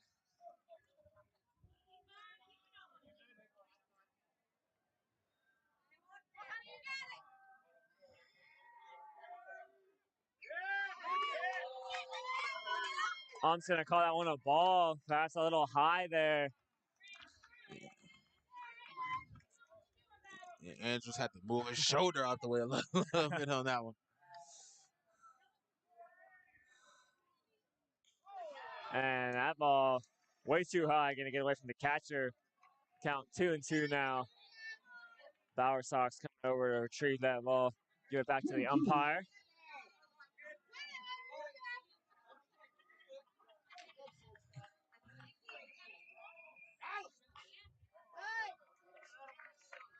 Andrews found that pitch off.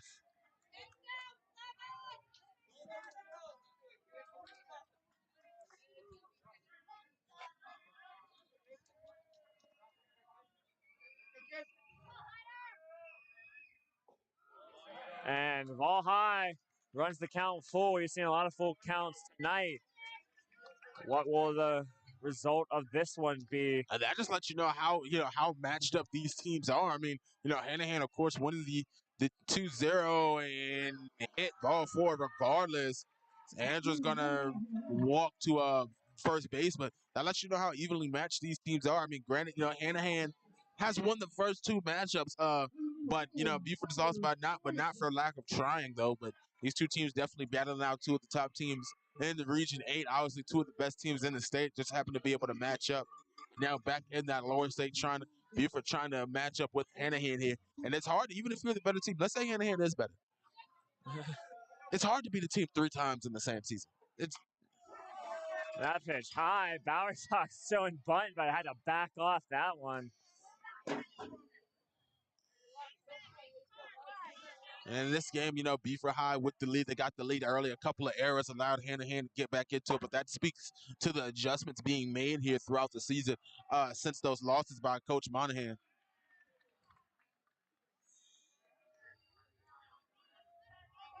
Beaufort definitely going to have to play better defensively if they want to hold on to this lead. Bower Sox ahead of the count 1-0, showing bunt. That one fouled on the bunt, straight back into the net. Count evens at 1-1. McKelvey retrieving that ball for the home plate umpire. Jaden Anderson on first base, no outs for the Eagles.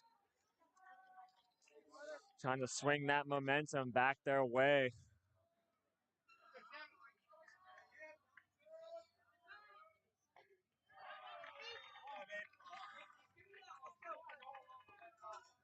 And good job by the catcher there. They will keep that ball close. Andrews could have been on second had that one gone by him. I say, Gomes, he started off with a couple of strong pitches, in relief duty, but so far a couple of balls up high. He's throwing pretty hard, so, sometimes throwing gas doesn't always mean you have the best command.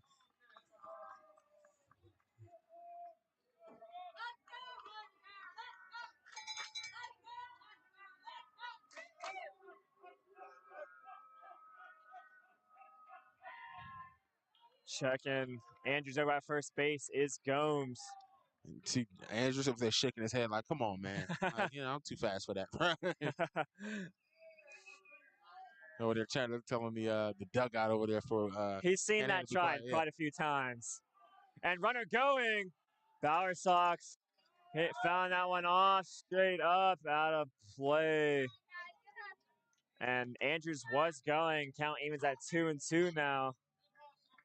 You know what I love about fans? I love the difference in reactions to the same thing. Whether it's your team, because you see the ball going too far for Bridger, and the lane's right outside the gate, and the fans are like, "Oh, so sad. He tried. Look at him. Look at it." And now they're guys do the same thing, and it's like, "Good job, guys, man. Great hustle, man. Proud of you guys." They're always going to support their guys. So.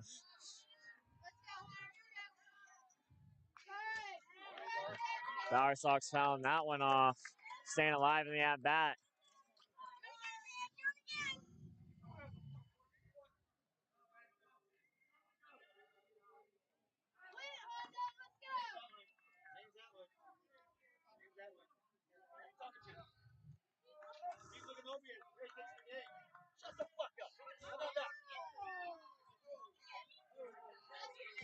Bower Sox found another one off. I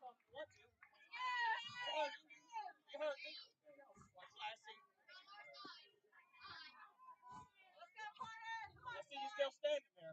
Run that trap. Run it better, please. You said go to a better. Fans starting to get a little bit chippery here in the background now. Bower Sox found his last few pitches off and able to generate the full count just like Andrews before him.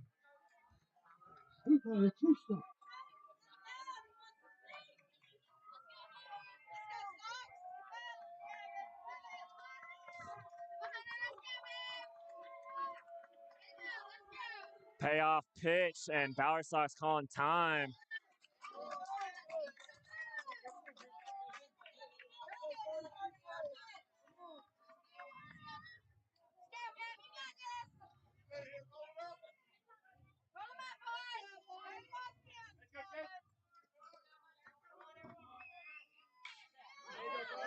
And Bower Sox found off yet another one. That's going to be the fourth or fifth pitch that he's fouled off.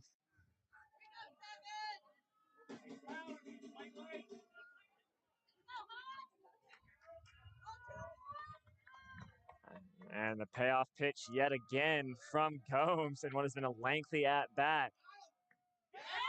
Bower Sox draws the walk on the full count pitch. And that was a battle in that at-bat between Gomes and Bower Sox. Yeah, definitely them two going at it. And like I said, you're just making us connection. And that's one of those things where I love the two-strike rule when it comes to foul balls, because what it does is you have to throw them out. You can't play around. You can't just allow them to foul it off. And, you have to get them out. You got to get a swing on it. you got to get a swing and a miss on it. So I love that rule. Beaufort in great position here. Runners on first and second. Chase McKelvey with a chance to score some runners. Should he hit the ball far enough or put it in play? No outs for McKelvey. Attempting to bunt. He'll lay down the bunt to the third base. And Andrews will be out at third. And a great bunt from McKelvey, but unfortunately for him, it's that third baseman playing in, able to make the play. And Andrews, like I said, the running back, probably one of the fastest guys, for the Eagles. That's the one you want to get out, especially sitting on third base. He's the one you definitely want to get out of the game. But now runner's sitting on first and the second. catcher was quick to react to that. Just able to make that easy throw over to third. So unfortunately for Andrews, he was thrown out. Now it's up to Dominic Camacho to make something happen for the Eagles. That one inside. Thought it might hit him for a second. Just a little scoot back, that's all.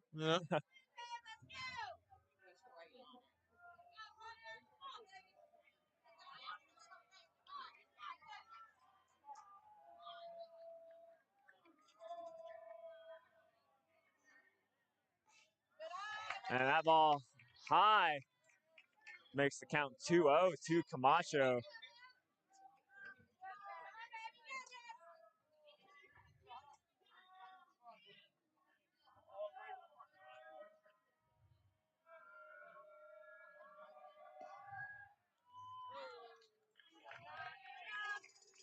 And holding the runner at second base is Gomes.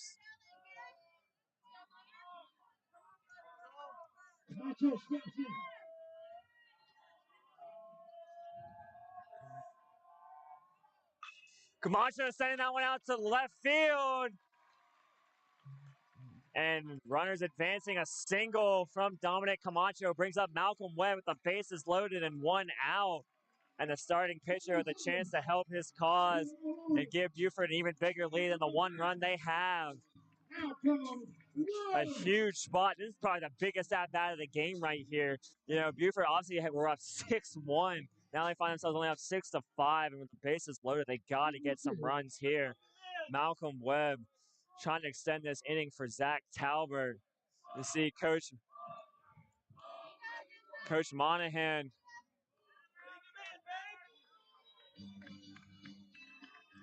Coach Monahan trying to give some words of wisdom to his hitter.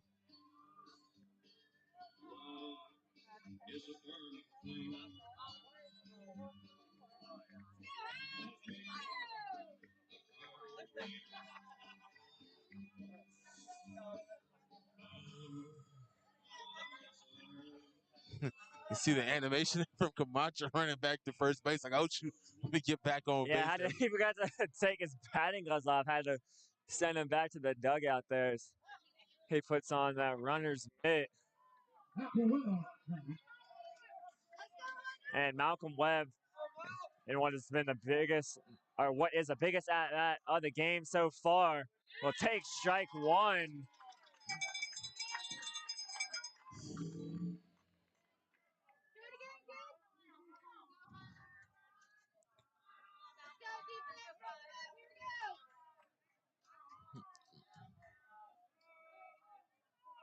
Infield playing in, it appears, other than the second base, or shortstop, excuse me. Strike 2 to Malcolm Webb. Hasn't swung at either pitch.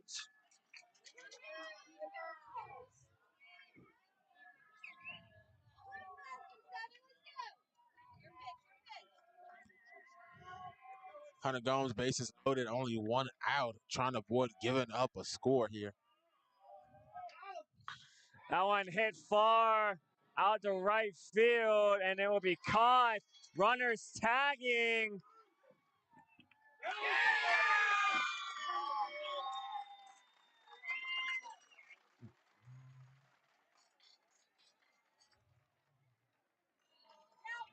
The run was able to score, but that's going to end the inning. You were able to just get 1 back. Malcolm Webb with a sacrifice fly to right field.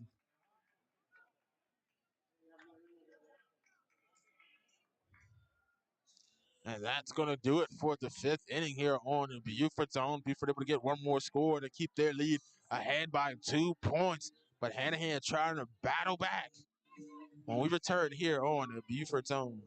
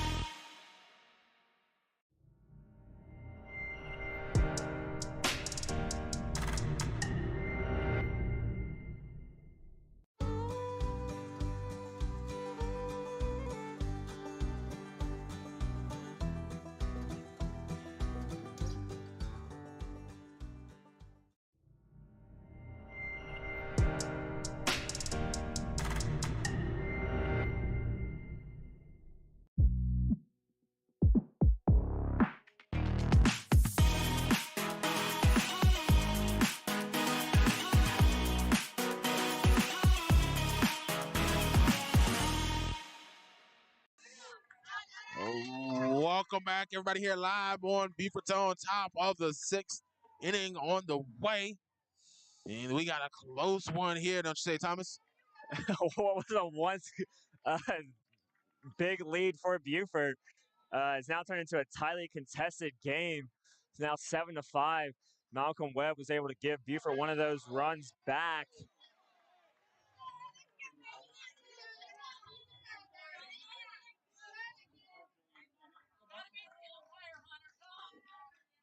And Hunter Gomes, the relief pitcher, now in at bat.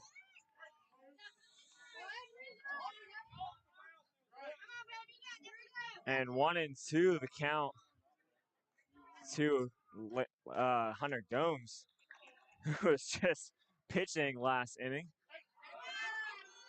And ball 2 evens the count at 2-2.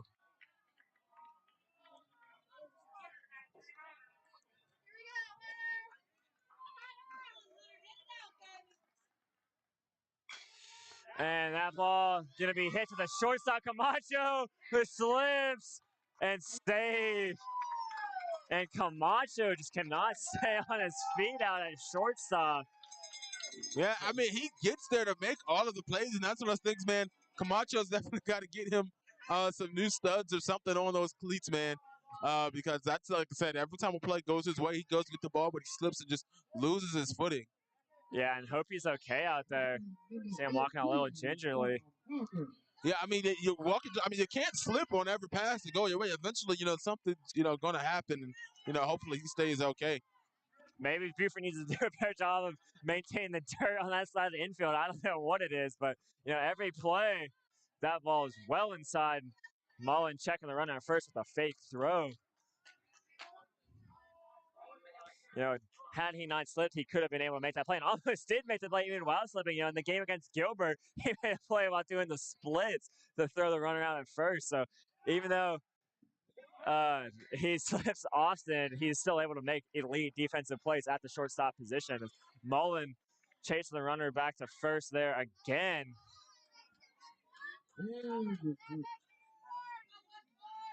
Parker ahead in the count 2-0. That pitch inside. Webb still in the game here in the top of the 6th.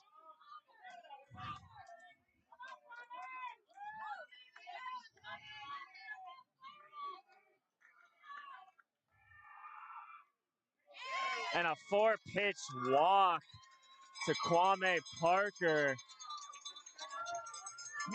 And no outs, runners on first and second.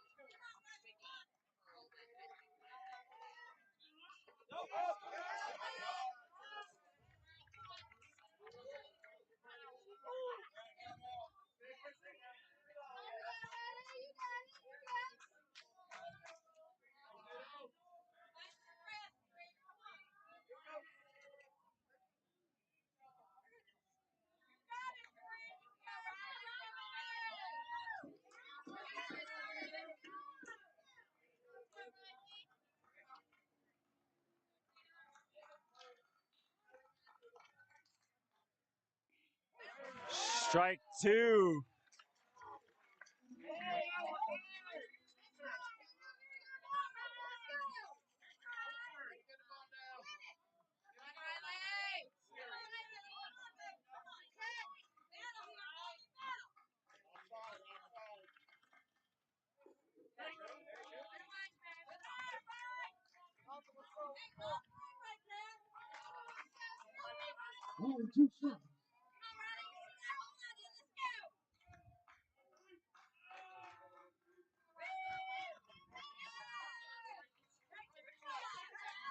Hey, have confidence here, Riley. Let's go.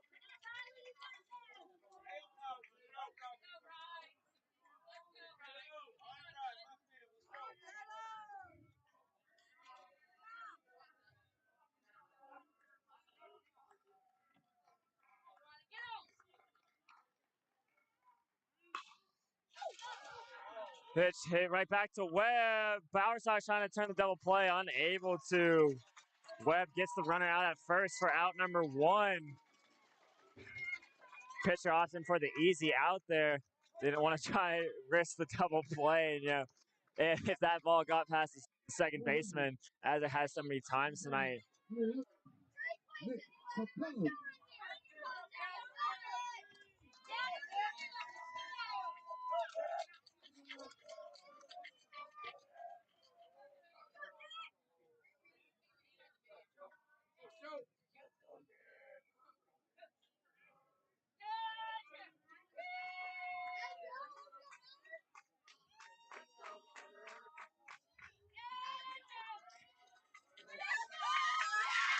And they're going to bring in a pinch runner for Kwame Parker.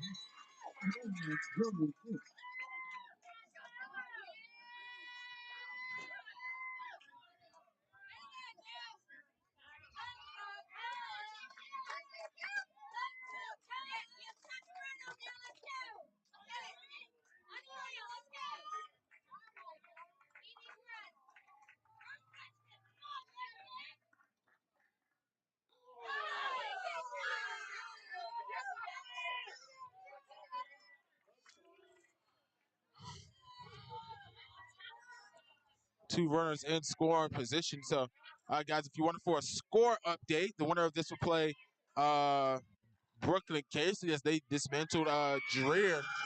And here comes the runner coming home. It's Hunter Gomes sliding in safe. Again, another error for Beaufort. Now a 1-point lead. Runner on third base for Hanahan.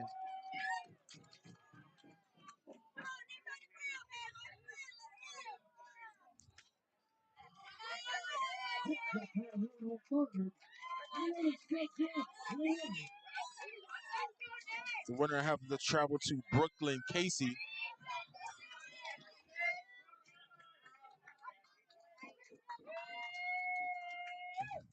Now just a one-run ball game yet again. Still one out. Pitch fouled off for strike one. from Nick Capello. Runner on third base. Capello can possibly tie the game here.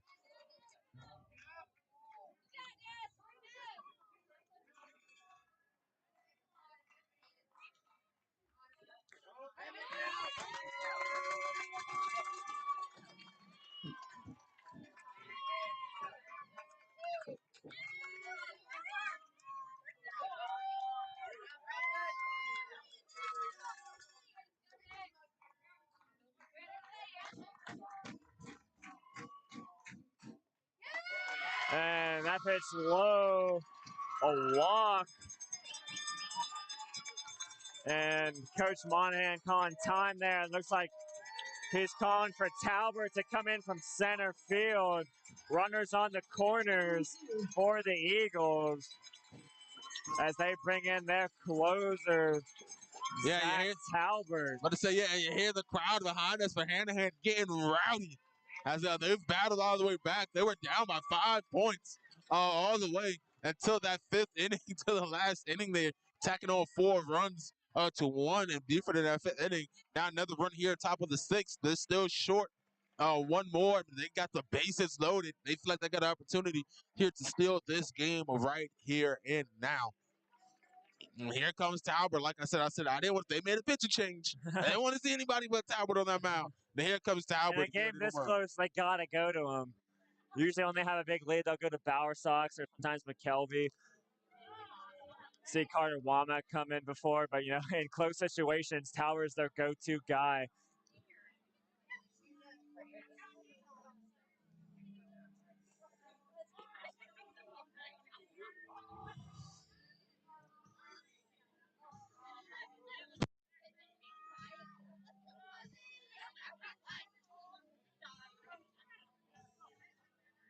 Real quick, it's corners 1 out.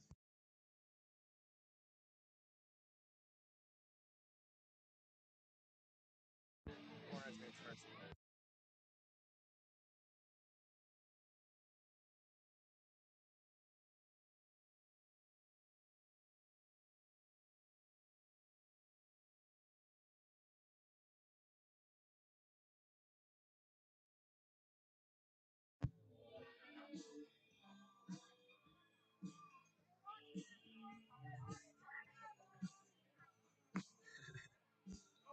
See if you're the Eagles infielders taking a knee out there at the pitcher's mound, watching Talbot go to work in his warm-up pitches, hoping he can get them out of this inning still with the lead. Going to be tough with runners on first and third, only 1 out, but he's been able to do it before, inheriting 2 base runners and coming in and getting strikeouts. He's a high-leverage pitcher, and you know, that's what they brought him in for. Coach Monahan, that's his go-to guy in these kind of situations. Hanahan crowd behind us is extremely hyped. They have a chance to take the lead this inning. They have not led the entire game.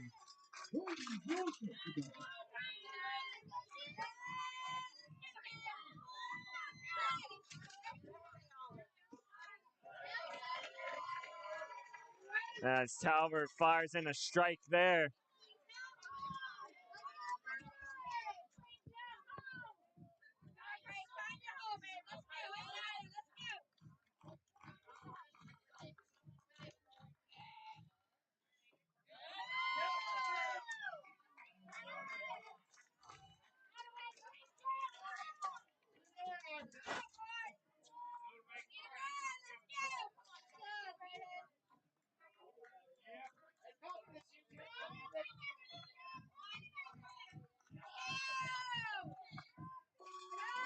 Strike 2.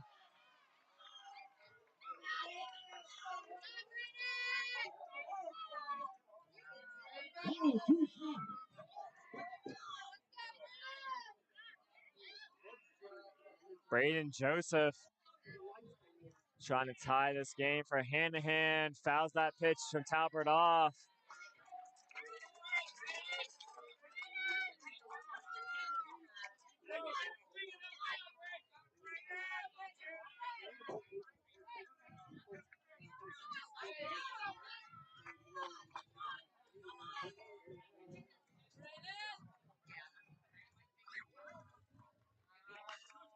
That one hit up high to right center, to right field actually. And it caught by Jaden Andrews trying to get the tag up. And another run scored for Hanahan. They tied up here in the top of the sixth, battling all the way back. Great base running from third base to tag up. And I saw Bowersox out, he wanted to be the cutoff man. He was holding his glove up for Jade Andrews to throw, but Jade Andrews tried to go all the way to Hudson Mullen, and it does not pay off. And we have a tie game here for the...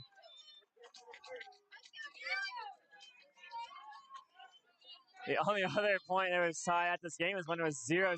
And now saying that one out to right field, but Jane Andrews there to make the catch. And Talbert will surrender a sacrifice fly. And nonstop scoring here these past two innings. Let's see what the Eagles can do in the bottom of the sixth. Now the game tied at 7.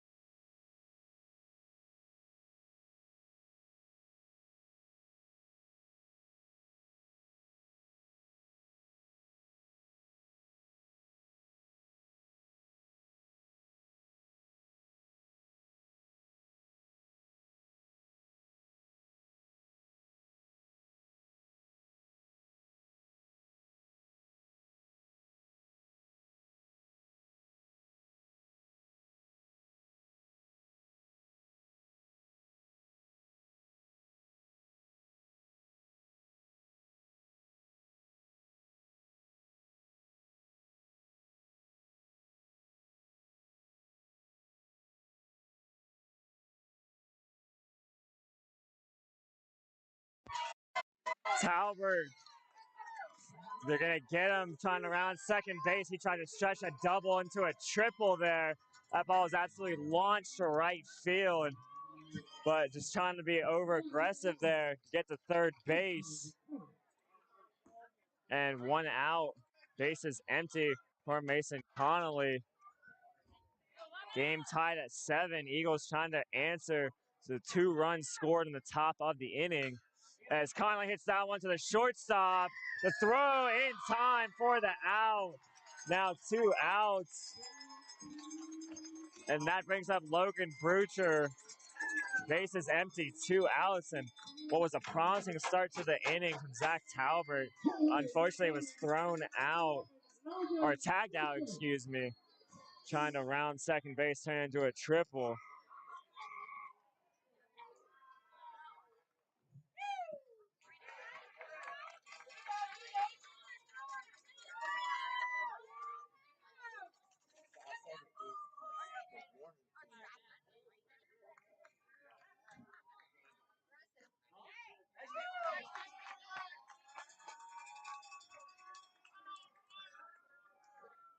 Brucher ahead in the count 2-0. And he'll hit that one. The second baseman is going to fumble at the throw. Not in time. He's safe. Ball goes to the through. Brucher will find himself at second base. The single and then the air from the second baseman on the throw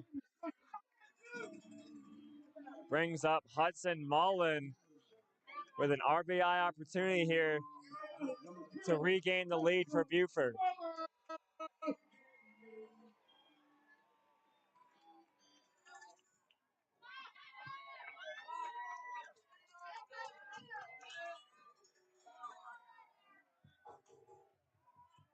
Shout out to Matthew Pollock checking in. Let's go BHS and local sports checking in also listening on their way home from Collington County softball.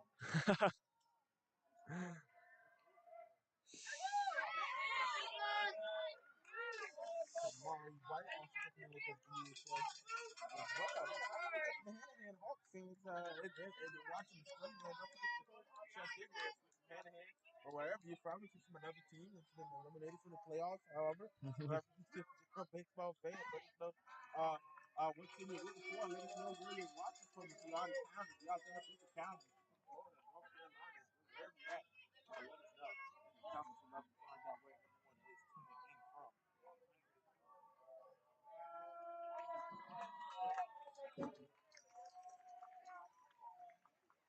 They're going to essentially walk Hudson Mullen. They're going to intentionally walk Mullen here, but then Mullen's also going to bring in Creed Smith, more like his personal pinch runner. Yeah, and Dylan Rask coming in to run for him as he's done so many times here lately at these Beaufort Eagle games. Now Jaden Andrews, runners on first and second, looking to do some damage here, trying to regain the lead for the Eagles. And he'll take strike one.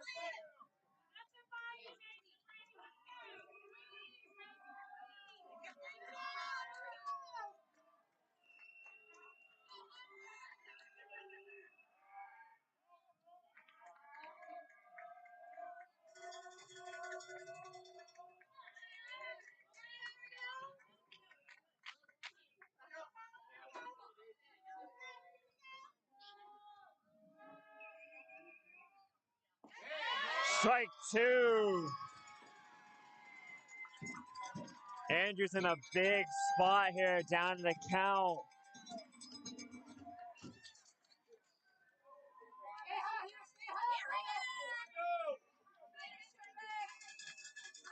Yeah, Andrews upset there as he didn't think that was a strike. He walked off from the plate shaking his head. Andrews, going to get past the third baseman. They're waving him home. Brucher coming around. Out is the call. The game remains tied. Unbelievable. Coach Monahan sent Logan Brucher from third, but tagged out by Brady at the plate. Game remains tied at 7. Unbelievable throw and tag from the Hawks defense.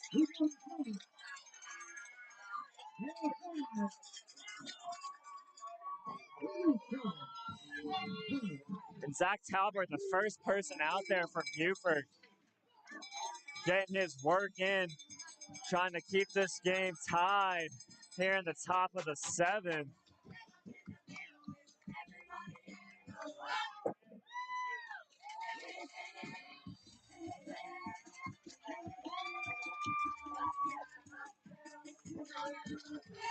And we'll be right back.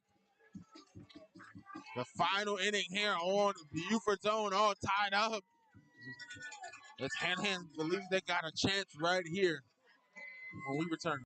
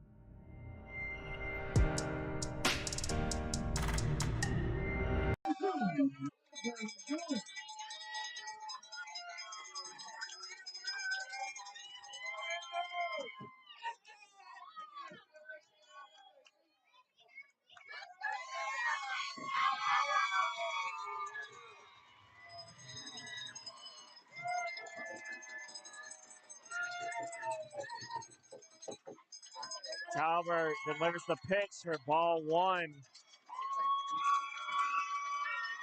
The Hanahan fans are loud.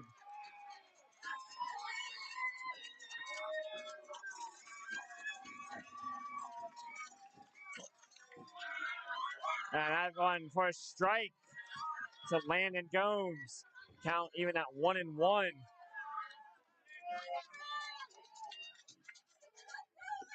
Strike two fired in from Talbert, trying to keep this game tied at 7.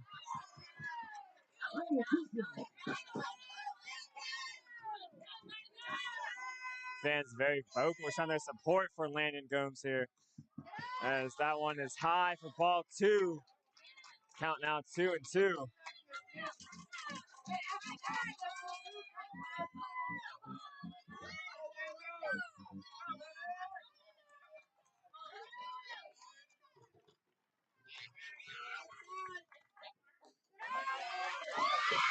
Full count to Gomes here. Yeah, Trying to Mullen, get on base as the leadoff runner for the Hawks. yeah, and Mullen, constant communication to the coaches and the dugout. Probably sees something on his own out there on the diamond. And he walks and turns to the crowd. He is hyped. But to say, you can see how high Landon Gomes is. That's what we need, more camera angles out there so you can see the personality off of Landon Gomes there.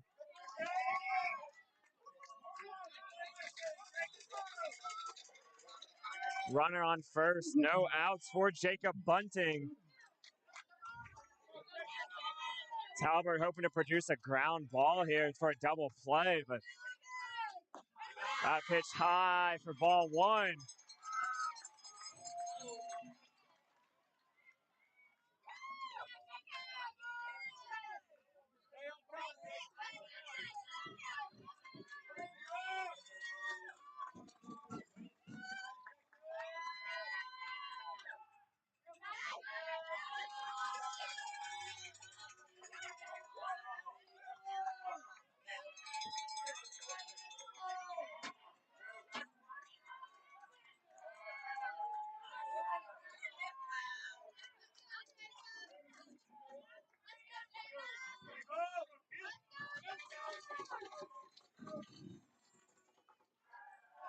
Strike call there.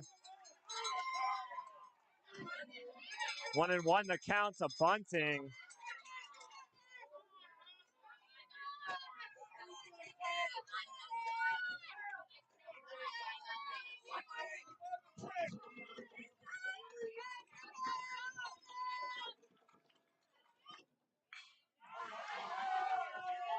That one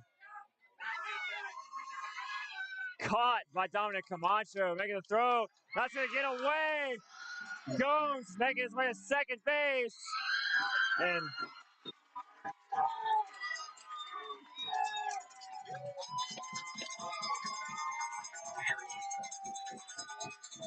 unable to get the out at second base. Camacho made that play, but honestly probably should have just held on to that one.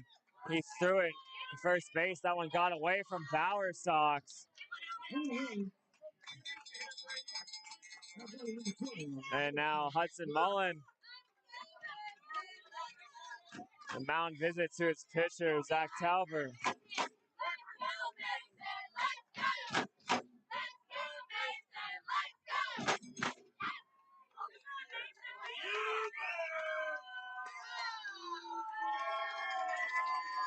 And they're going to go ahead and walk Mason Brady here.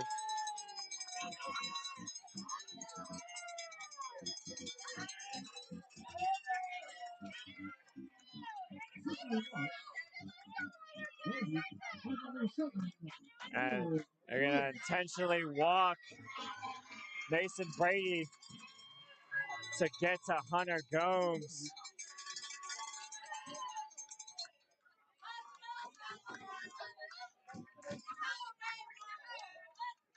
Runners on first and second.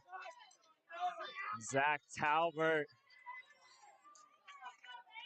Time called by Gomes.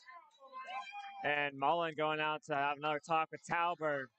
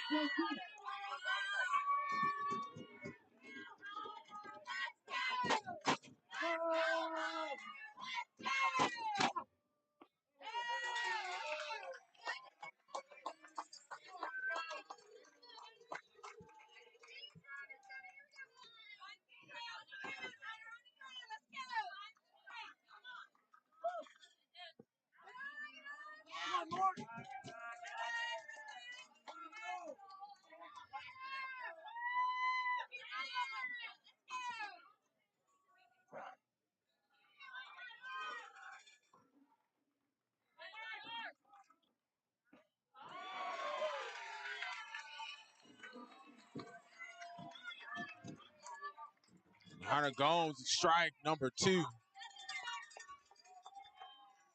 Talbert trying to get the second out of the inning for the Eagles. Keep this game tied. Swing and a miss. Big strikeout from Zach Talbert.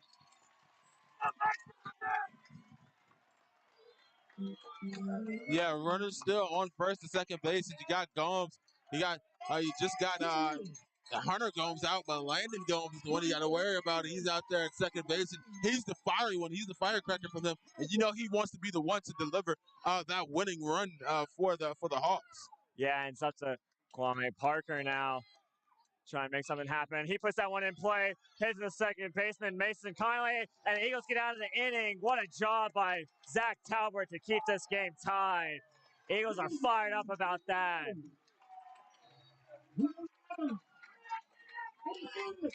And now all the Eagles got to do one run for the walk-off, and they travel to Brooklyn Casey on Saturday for the second game, for the second round of the lower state bracket here. But they got to get one in. They don't want to go extra inning. They want an extra inning with Gilbert too. That one had everybody on edge. Games starting to get great here as you get later on into the season. Yeah, and Beaufort always doing it the hard way, trying to get these walk-off wins. They've shown they have the clutch gene this year. Hanahan trying to go 3-0 against them. Beaufort trying to finally get their first win this year in baseball against the Hawks. And, you know, they had a walk-off win the other day. Honestly, Mason Conley hit that walk-off 2-run single on Monday night, on Monday night to win that game 7-6 over Gilbert.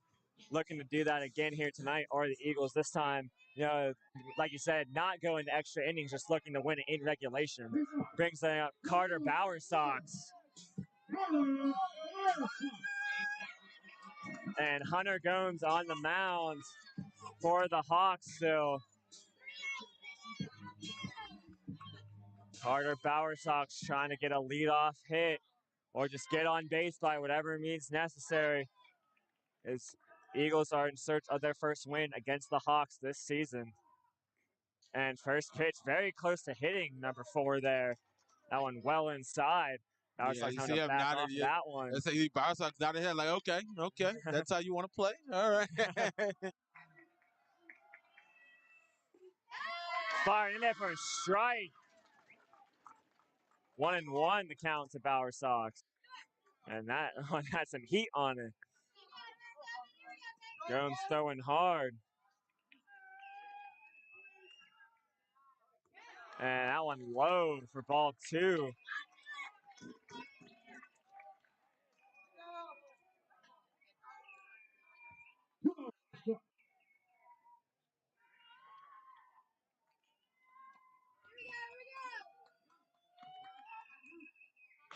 Bauer Sox sent that one and caught by the second baseman. Brings up Chase McKelvey.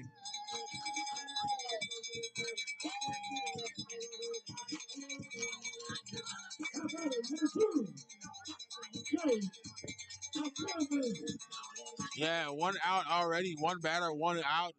You guys, you can't be surprised. Hanahan is very happy with the results of that one. They got to keep it going though if they want to take it to an 8th inning. Give them another chance to get the lead score. Ball 1 to McKelvey.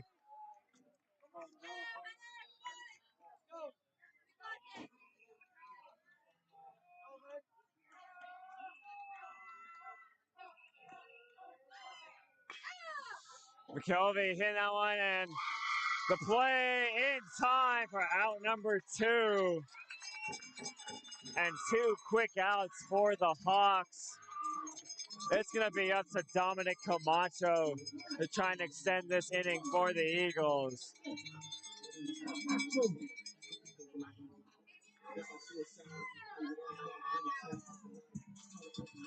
And you do what you can there. Yeah. You're starting to come in at the middle of the lineup. You get rid of Bauer Sox. You get rid of McKelvey now on the Camacho.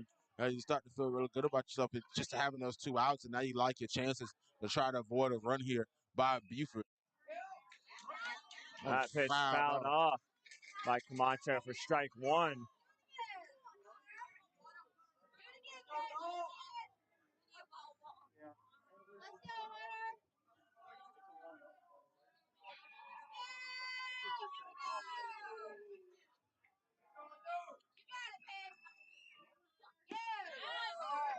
That one outside for ball 1.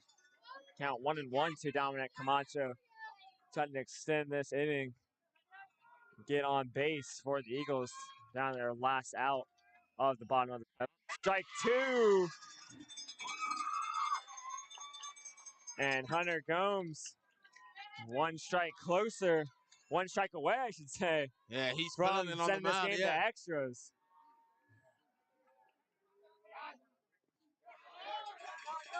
Able to stop his swing. Count evens at 2-2. And Thomas Purdy on deck. Malcolm Webb being taken out of the game. Looks like they're going to have a pinch hitter for him as well. Imagine if Camacho would get on base. Purdy might try and bunt, as he so often does. But full count now for Camacho, as that was ball 3. Yeah, Camacho battling it out up there with Gomes on the mound. Is full count is what you expect for, looking for that 3rd out. These 2 teams are bringing a hand. And he does draw the walk, and that'll bring up Thomas Purdy to the plate, making his first plate appearance of the night.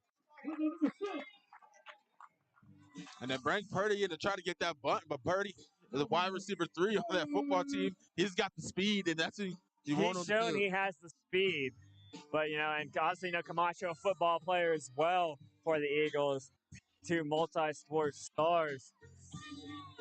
See what option Coach Monahan wants him to take here, whether he'll try and puts down a bunt and beats it out, or doesn't want to leave it up to chance and tries to go for the traditional swing. Usually he tries to bunt on the first pitch, and he'll square up for that one. And that is foul for strike 1.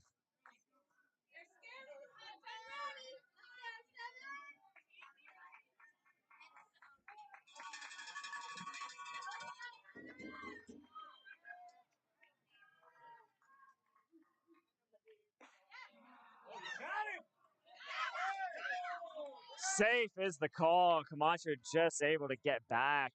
Very close one there at first base. Yeah, and I thought they did. I thought they were going to get that third out. He's a little bit off, but just a slow turnaround there by the first baseman. 1-1 the count to Thomas Purdy.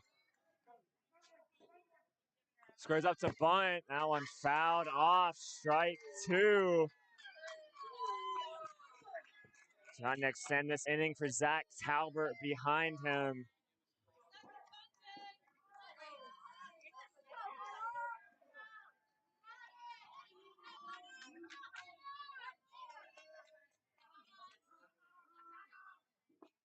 Swing and a miss. Once again, Beaufort going to extras for the second straight game. And Hanahan's got to be excited. When you lose the draw here today, battling all the way back down from down 5. They've got to be excited with their performance here.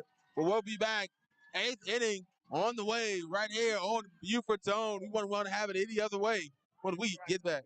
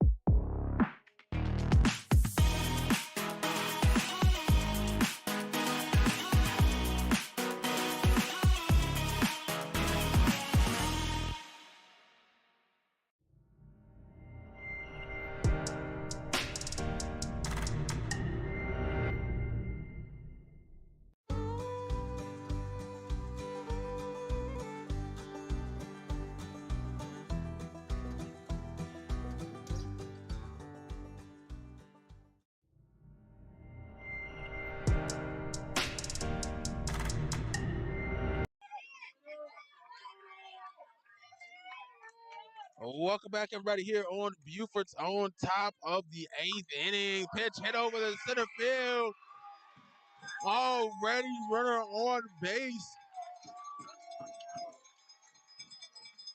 for Hanahan to start off the 8th. They're fired up trying to get that comeback victory. Not the bat of Riley Turner.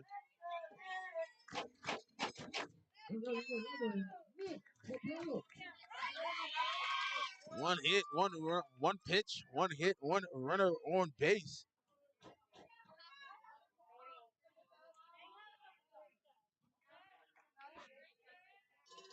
Looks like get a lineup change for Hanahan, but right now up bat, Nick Capello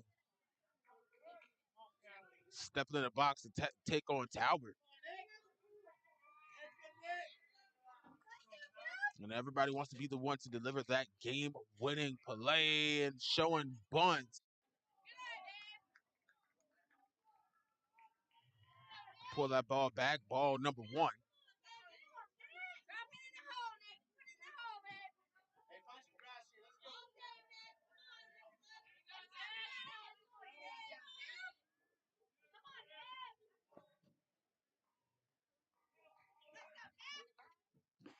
And wild side ball number 2 off the pitch of Talbot. Now it looks like another mouth visit already coming from Hudson Mullen. As every pitch is crucial at this point.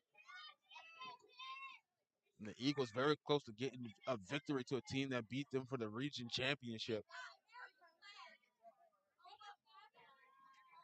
And basically the way these two teams played, you see Hanahan, the number 1 ranked team in 3A at the end of the season. And so it might have these two teams facing off again for the lower state championship. And they're going to call that a strike at the swing. The bunt leaned too far into that one.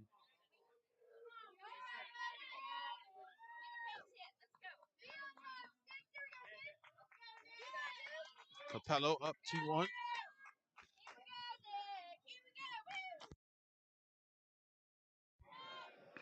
The pitch, the bunt, fouled off.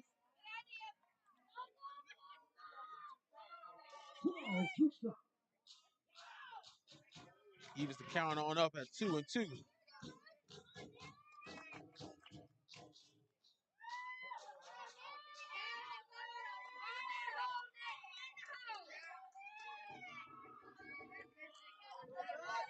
Capello, Turner still sitting on first base for the Hawks. And swing and a miss. Strike number three for Capello. And here comes Brady. Excuse me, that's Braden Joseph, not Brady. Get my names mixed up there. Joseph's turn up bat.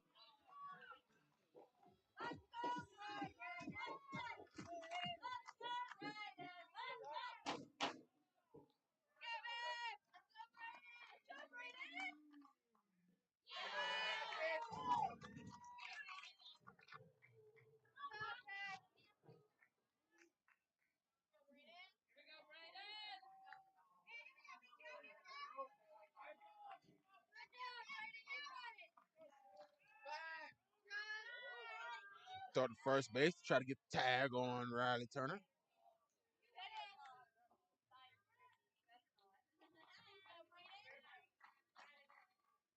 And just kind of skipping the ball there. With an even the count up at 1-1.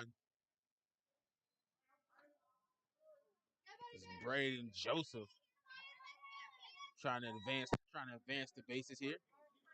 And with one out, and Talbot able to get that strikeout in the previous at bat. Beaufort top of the lineup coming up for them next inning, and that pass ball gets by Mullen, and he will be able to advance to second. And now things get a little bit more spicy here for Talbot as Mullen goes to have a mound visit with them. But as I was saying, if Beaufort are able to get out of this one scoreless, they have the top of their lineup coming out with Zach Talbot, Mason Connolly, Logan Brucha. Those big three hitters have all been hot, especially Talbot and Connolly in the 1 and 2 spot. But, the runner advancing to second there on the pass ball makes things a bit more difficult with just one out. That just eliminates the double play right there as that pitch is fouled off.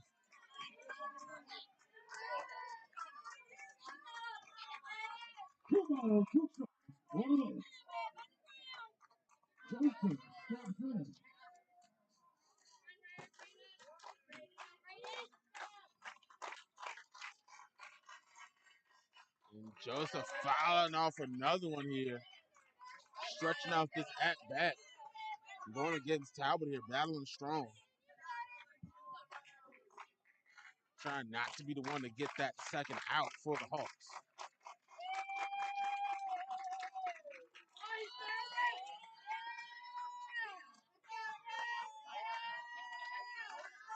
Working, Turner, inching off the second base.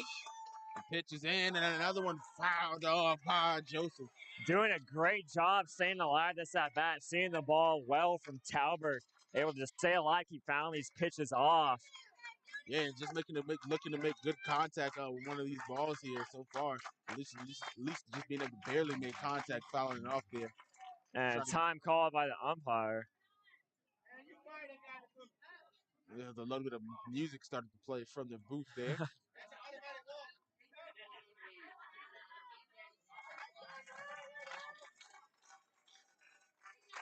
And the Hanahan fans cheering behind us. That one fouled. Mullen almost able to make the catch. Not able to make it off of the net. So close for the second out. Another pitch fouled off. Yeah, he was over there in position, but I mean, you can't really kind of, the net was in the way there. Kind of just rolled straight off of it. Hard to play it once it hits that net, changing the trajectory of that ball. 2-2, Talbot eyeing down the barrel. Swing and a miss. And Mullen is pumped, seeing with the fist bump there into his glove. for out number 2. Back-to-back strikeouts for Talbert.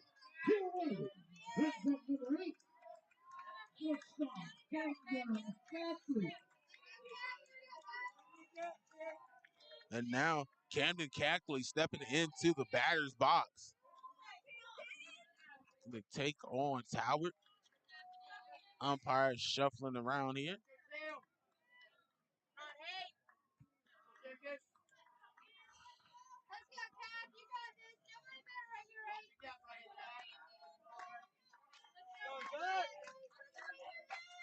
Cackley up to face Talbot. 2 outs already. Swing.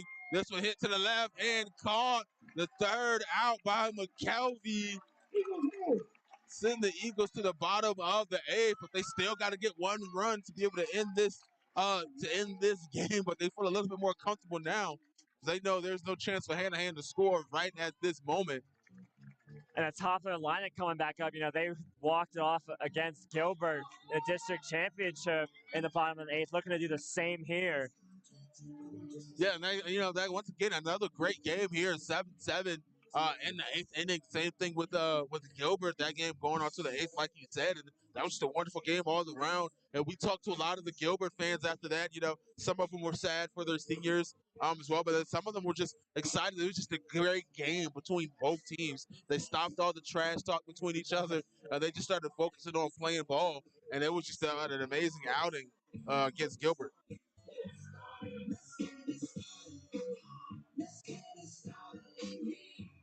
But yeah, once again, another update for everybody. The winner of this game will travel to face Brooklyn Casey on Saturday for their second game of the bracket here.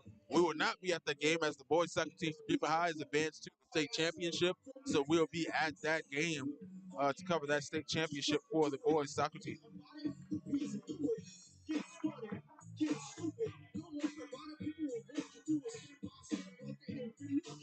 Class of 2023 definitely going down in the books for Beaufort High. If they could bring home a soccer state championship as well, they already got football down. They got golf competing for the title. Yeah, they already won lower state.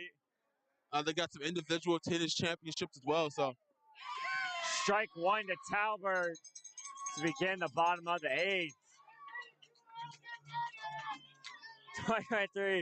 2022-2023 school year, probably the greatest year ever for Beaufort High sports, at least in recent history. Well, you got the big sport out the way. You got your major sports, and I mean football. High school football is one of them. You win a high school football championship, you kind of submit, especially not winning one as the Eagles for Beaufort. That one I was dropping back down to hit Talbot in the head there.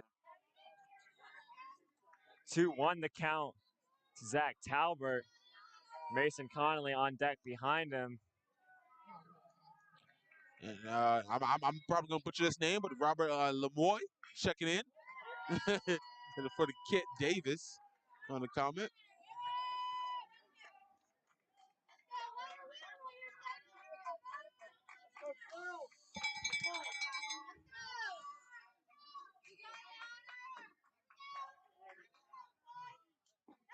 And striking out Talbert. Strike number 3 gets 1 for Combs.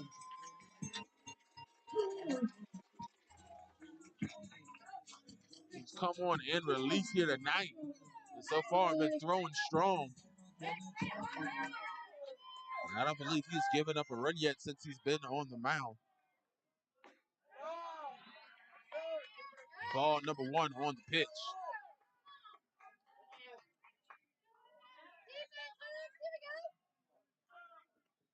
And that one hit on the center field is going to throw to first base, and Connolly not able to run it out. Out number 2 for the Eagles here in the bottom of the 8th. And now Brucher walking up for the Eagles. Going to be the one to try to jumpstart this Eagles offense. And now it's up to Logan Brucher to extend this inning with 2 outs. Hudson Mullen behind him, should he be able to. And first pitch is a ball to number 11.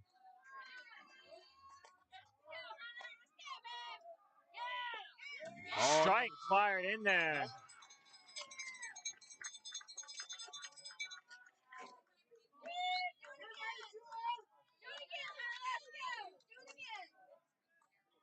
And Hunter Gomes.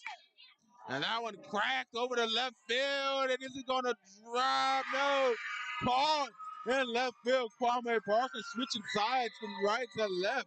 Gets the third out for the Hanahan Hawks. And the Beaufort play both sides of the field. He's just roaming around the outfield there, switching. And now the end of the eighth takes us to the ninth. The ninth inning here tonight. A long one here. These two teams even battling out, trying to advance to that state championship. We return here on Beaufort Sound.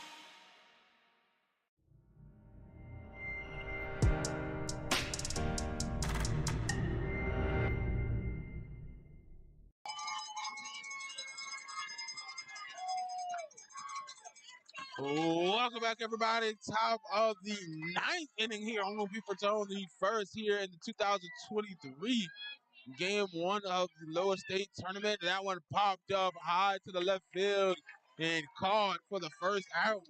Yeah, and Hawks first pitch swinging there, flying out to left field.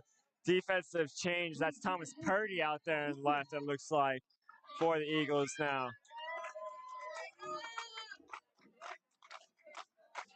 Brucher moved over to center field when they brought Talbert in on the mound. He fires in strike one there.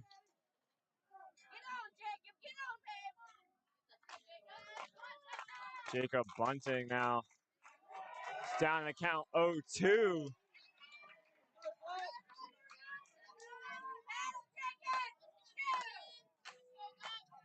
We got a Kevin Rivera checking in with a Let's Go Hawks, the first Hawks comment of the night. Finally, somebody's speaking up in there. That one hit to right field, quickly to first base, thrown to Talbot, tagged out. Quick two outs for Talbot.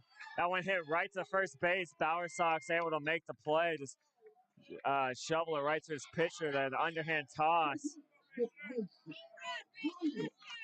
Now Mason Brady, the catcher, trying to extend this inning for the Hawks. Found that one off his hands for strike one on one well inside. Would have been a ball had he not swung, but fouls that one off. Hey, Coach, they taught some wrestling. They didn't win it as a team, but they got an individual state champion. That does count. I was a wrestler in high school myself over there at Battery Creek, so that counts to me. So. And a little number 12 versus number 12 battle going on here at the jerseys between Zach Talbot and Mason Brady. Yeah, and they walked him last time, but instead we're gonna let Talbot do the dirty work here against Brady.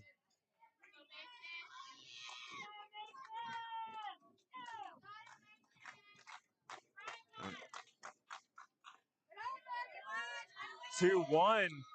Brady now ahead in the count.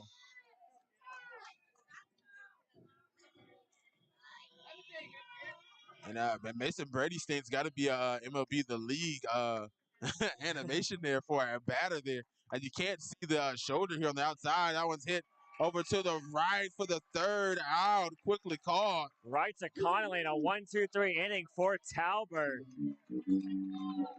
Bottom of the ninth. Now we're in a college baseball or Major League Baseball scenario here. You know, high school they play 7, but unless it's a mercy rule in college, you know, they play all 9. And in MLB, there is no mercy rule. You got to play all 9 regardless. So first time it's happened all year, you know, in college / Major League scenario for the Eagles here, where if they're able to walk it off in the bottom of the ninth.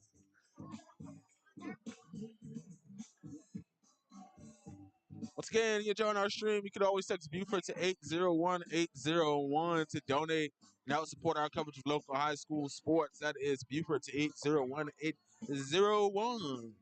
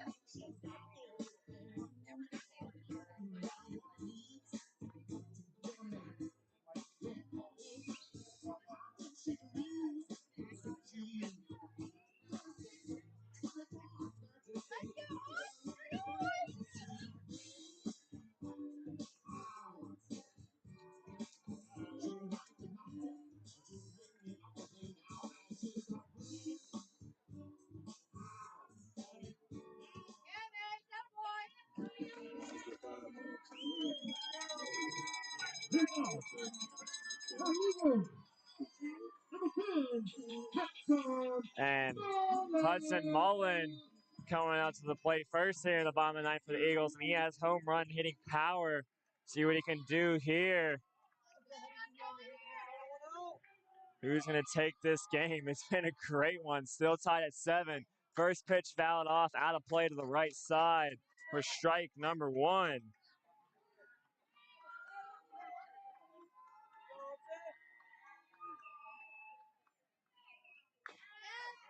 And fouling that pitch off to the left side this time for strike 2.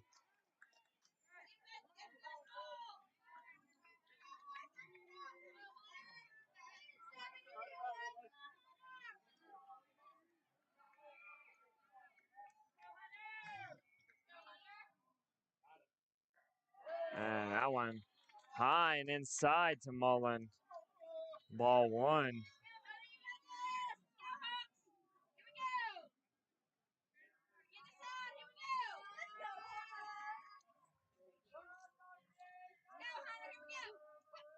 Swing and a miss. That one outside. Mullen chasing for out number 1. Now Jaden Andrews. Yeah, he was feeling a little bit of confidence after he knocked down that first one, fouled it off there.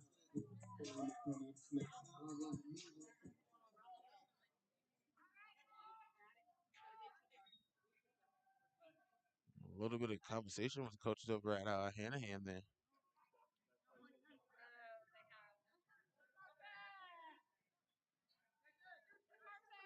And I believe they picked up the bat. And Bauer Sox going to get it back. I think the fans are still trying to find a way to talk trash. You took the bat. Just give the bat back. So, the bat's not going to matter. Sox is being cordial, too. Yeah. He's not even making a big deal out of it. He just wants his bat. The bat's got, they played ball right after that. Jaden Andrews hits one over the left field, trying to make it into second base. Sliding in. Save. And now Bauer Sox with the correct bat and just 1 out. A chance to be the hero here. Can he look real good today? You know, he looks good today, but if he were to hit the game winner here, he would look great today. He will look amazing today. Let's see if Bower Sox has it here. And luckily for him, he's got Bower Sox there on second. I mean, not Bower Sox, excuse me. Got Andrews there on second base. So running back speed. Yeah, if you can hit a decent single, he might be able to bring it all the way home for the walk-off there. Another one. Last game it was Connolly. Let's see whose turn it is today. As you got Bower Sox here, McKelvey up next for Bottom the of the Eagles. ninth, runner on second in scoring position. You know, this is the at-bat you dream of. Conley was here the other day. That pitch high and inside. Bower Sox having to duck at that one. Just trying to let him know there, you know, I'm in control at this at-bat. I have to pitch to you, not vice versa. So 1-0 the count to Carter Bower Sox. And strike one fired in there.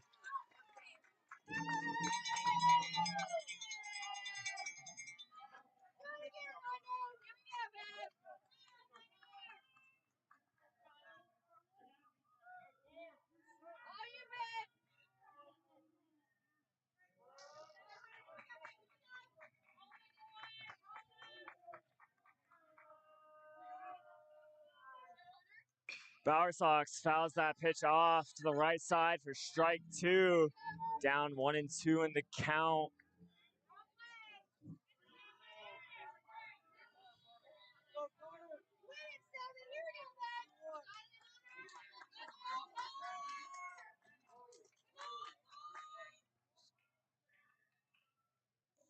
And that pitch well outside, evens the count at 2-2. Hunter Gomes trying to get out number 2 for the Hawks.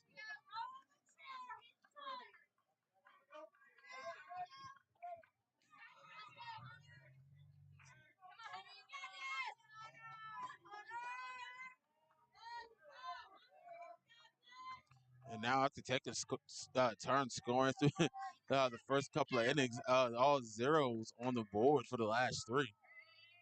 Beaufort trying to get that one to get the walk-off. That one Bower Sox towards the hit to left. the left. They're going to hold Andrews. But a great piece of hitting from Bower Sox with 2 strikes. Runners on the corners for Chase McKelvey. And the one Can out. he be the superhero, as his song says, for the Eagles tonight? Number 2, the third baseman, the second pitcher in their rotation after Webb, Mr. Do-It-All for this team. Can he be the superhero for them in this situation and advance them in the winner's bracket to a game against Brooklyn Casey in Columbia on Saturday night?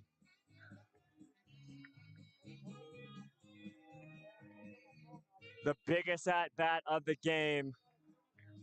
Bottom of the ninth, 1 out, runners on the corners for number 2, Chase McKelvey, the Eagles' third baseman, and the mound visit from the Hawks. The catcher making his way back to the plate. Hunter Gomes trying to get out of this inning.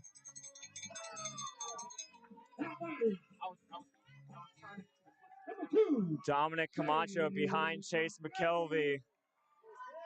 Should McKelvey not hit a game winner? Yeah, Michael then checking in on the track here. Let's go. McKelvey, first pitch swinging. Called and throw home, and now you got a situation, a tag situation with Andrews, and he's safe. And now Bower Sox trying to The ball is good. Andrews running home. Andrews is home, but Gomes is there. He's out. Unbelievable sequence. Oh my God. The ball was dropped at second base, and Andrews thought he could come home, but 2 outs. The Eagles hoping they didn't just blow the game there. I got a little bit of silence there. That was just an unbelievable sequence. Like you said, at first, you thought Andrews was going to get tagged out. He got caught in between the 2 bases, but then he makes it safe. You're like, oh, I got to look up. Bower Sox is now he's in the situation. He's like, Bower Sox, what are you doing? Where are you going at? Just a lot of base running errors in this game. It happened way back in the first, and it happened here again. Now it's up to Dominic Camacho wearing the number 9. Can he walk it off in the 9th inning? Oh, that one was right over the head of Camacho. Just got out of the way.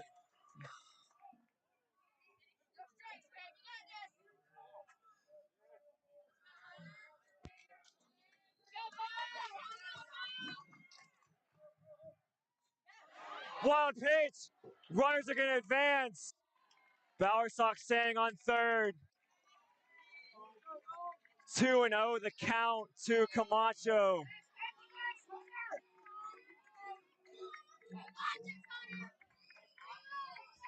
And the play is definitely going home. They're not going for the third out. They're definitely going to throw this ball home. As if anybody comes across this plate, it's going to be Beaufort game.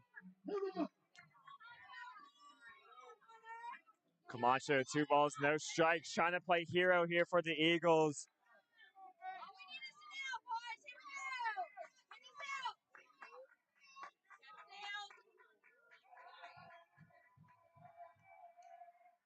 Camacho sent that one out in the right field and caught.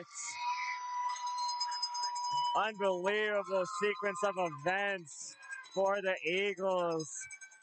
Not able to walk it off. This game goes to the 10th inning. All the way for scoreboard, all the way for now. These two teams battling out. No one wants to go home here. And you see the decision right there to send Andrews right there on that last sequence there. A little bit of a costly error there, but now another opportunity for Hanahan, refusing to be beat here at the end of the ninth. We'll be right back here on Beaufort's Own.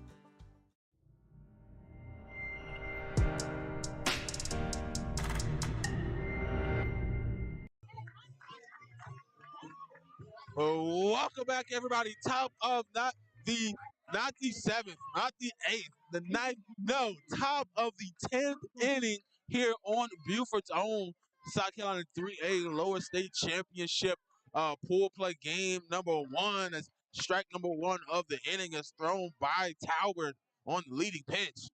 Yeah, and Talbert's still in there, pushing quite a few innings tonight, more than he expected, I'm sure. That ball hit out to left field. And homer comes the pitcher. Oh my God! Unbelievable. A shot into left field to give them the lead. And the whole team is at home plate. Oh my God. This is going to be a heartbreaker for Beaufort for sure. Gomes on the home run to beat Beaufort 8-7. Excuse me, they didn't win yet. Sorry, my bad. They're in the top. They're in the top of the inning. My bad. That's why my heart dropped. I was like, dude, John. Regardless, Yeah, what a shot. that was a out shot into for either left team. field. Yeah. The pitcher coming in here, he's pitched 3 or 4, maybe even 5 innings. I've lost count. We're in the 10th inning. Yeah. No clue what's going on. But for their pitcher to not be tired, the first pitch just jack one over the left field wall. Unbelievable. And we hear the Hanahan Hawks fans behind us. The fans are pumped. I'd say you get to this many innings. I was not knowing baseball. I'm like, dude, as he hit that one over, I'm like, oh my God, that's how you're gonna end it. That's gotta be terrible. But now, yeah, luckily Parker for Beaufort, they're the home team, so they still get to bat in the bottom of the inning. But on Zach Talbert, that one get past the third baseman Chase McKelvey. And Kwame Parker rounding the base is going to sit at second. A double now for Parker.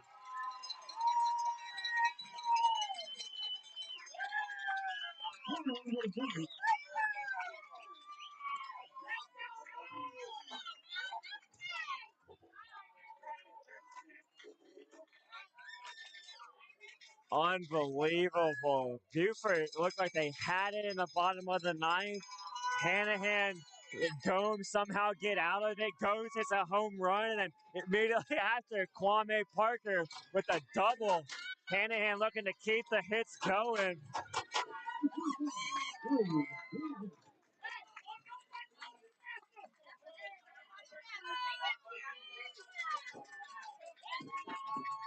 And Coach Monahan coming out to talk to his pitcher. And here the Hawks fans are understanding bullpen.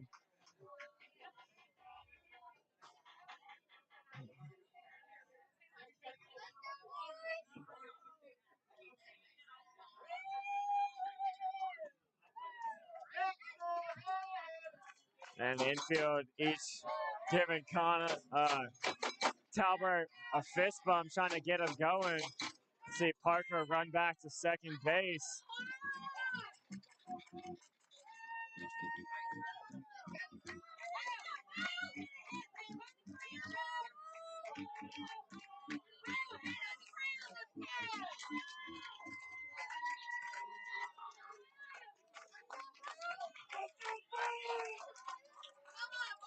And attempting to bunt. He'll get the bunt down. It's fair. McKelvey to throw. He's got him at first base. But Parker advances to third. And perfectly executed sacrifice bunt to advance the runner from the Hawks.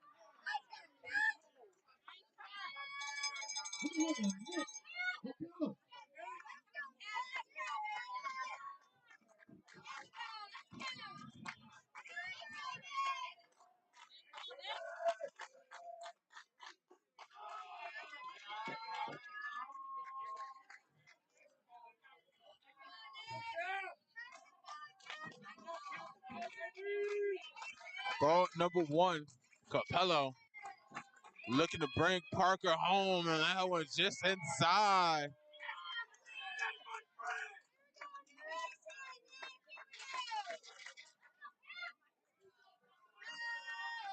And they're going to walk Capello to the first base.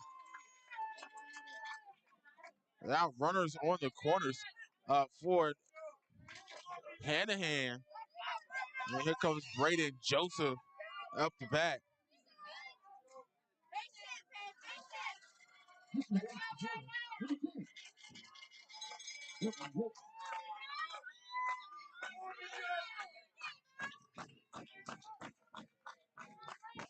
Beaufort up one Hanahan up one after trailing all game here.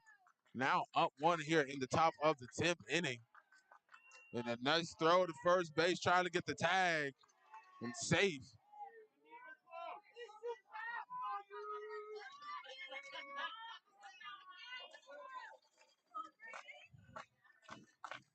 Joseph up the bat, Runner strike going. one. And an Walk it error.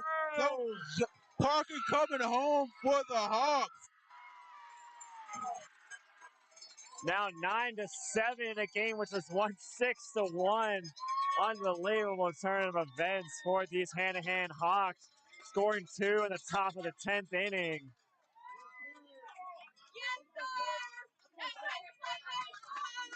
And now Hanahan battled all the way back to win the 9-7.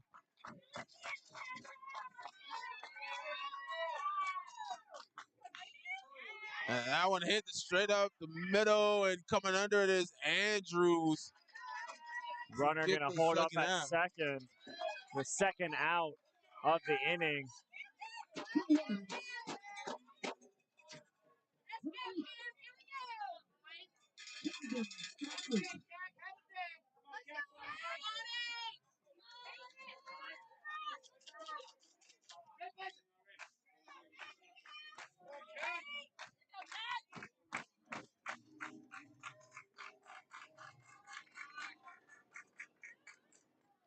Strike one from Talbert.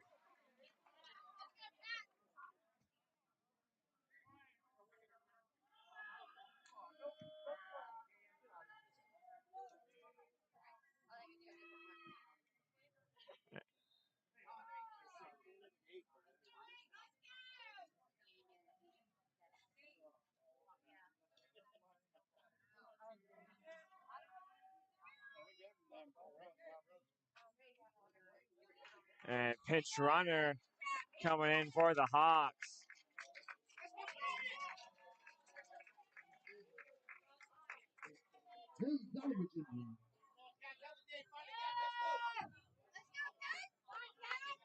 Take Capello off the base, a pinch runner for him. Dardowich comes on for him. Cackley at the plate. Take a swing at that one, since that one high, but strike.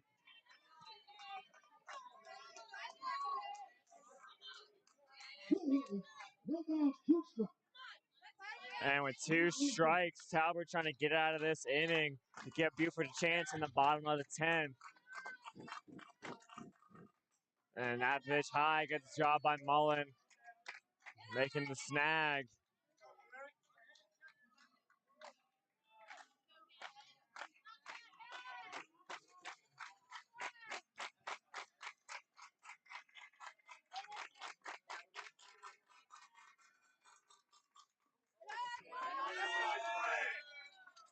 Almost hitting him there, but that one's very, very inside there.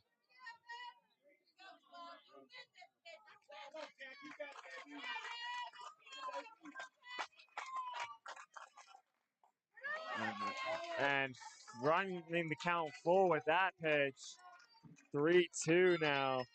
Yeah, another one to that inside, close. Cackley having to back out of the batter's box trying to avoid getting hit there.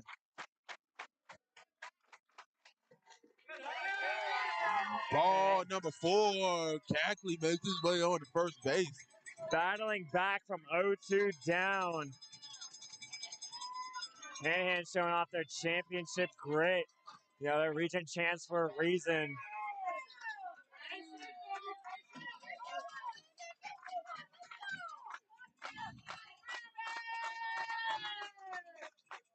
Here comes the hot man, Landon Gomes, swinging hard. He wants to end it. You see how much power he put into that swing right there on the strike. He's trying to knock that one out of the park. You see it. The other one, I'm not sure. I think it's his brother, Hunter Gomes, hit the home run already. Now here comes Landon. He's trying to match his follow brother up. there. And another one with some power. Swinging at everything. And it's not the contact for me. It's not the swing. It's the power. I didn't think I've seen him swing that hard. He saw now in the third game. He's got to match him. Yeah, in the third game. But he's the hype guy. That's the energy going right there. He is fired up right now for Hanahan. And the bugs out here for high school starting to get to him just a little bit.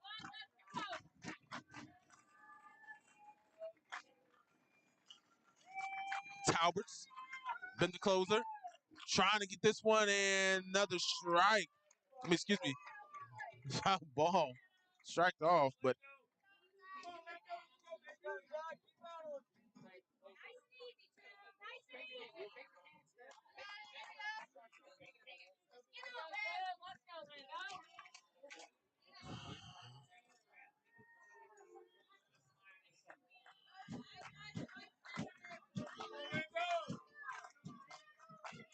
Fouling off these last 2 pitches, 0-2.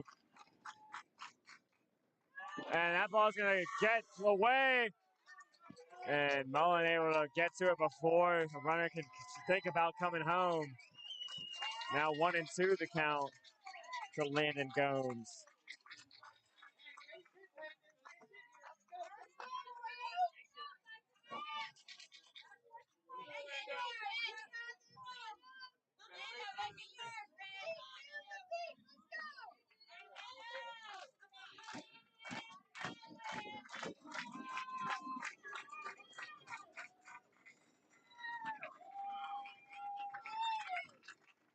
Gomes hits one straight down the middle. And going to be caught. Almost a grand slam there. If it had been a little bit higher. Able to make that catch in center field, Logan Boucher. And a daunting task for the Eagles. Had a chance to walk it off in the bottom of the 9th when the game was tied, but now they find themselves down 2 runs. And they need to score 3 to walk it off. And they've had the advantage. They've been up all game, and you got to remember, at the top of the 4th, they were up by 5 runs. I mean, after the bottom of the 4th, they were up 6-1. Yeah, you thought Beaufort was going to walk off with this one into the sunset, but no, Hanahan battles all the way back, says we're not going anywhere yet. We think we're better. We're going to prove it, and that's the grit, that's the resilience of this Hanahan Hawks team. And I think we might got to start up a budding rivalry between these two teams as long as they're in the same region here. Yeah, and Hunter Gomes coming back out on the mound, looking to close this thing out after hitting that solo shot to left field. Looks like it's going to be Malcolm Webb back in the game. Thomas Purdy pinch hit for him a few innings ago, but looks like they're going to go back to Webb. And now you see in the background the sprinklers coming on, as usually the game is over by now. As usually the game is way over by now, as it's almost 10 o'clock. You don't usually have games going into the 10th inning. And now the sprinklers going on, and Monahan having to run to go get those things, the sprinklers shut off.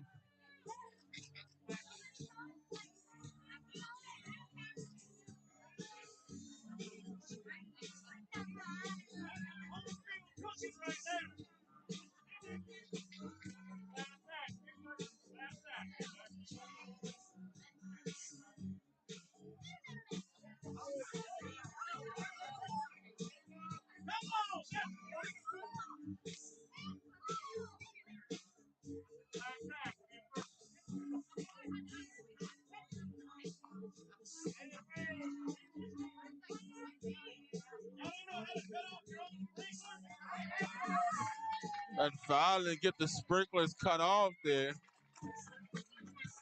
Hope it doesn't affect the outfield too much. Yeah, making it a little bit moist. I'd say if anybody slips in the outfield, you know what the complaint is going to be. They have the sprinklers on during the game. And after the sprinkler fiasco lasted a couple minutes, now Malcolm Webb in the number 9 spot at the bottom of that lineup. Zach Talbert on deck to turn Beaufort's lineup over. Trying to win the game here. Had a chance at the bottom of the 9th, but unfortunately for them, they blew it. And now find themselves down 2 runs, 9-7 the score. In need of 3 runs this inning to walk off the game.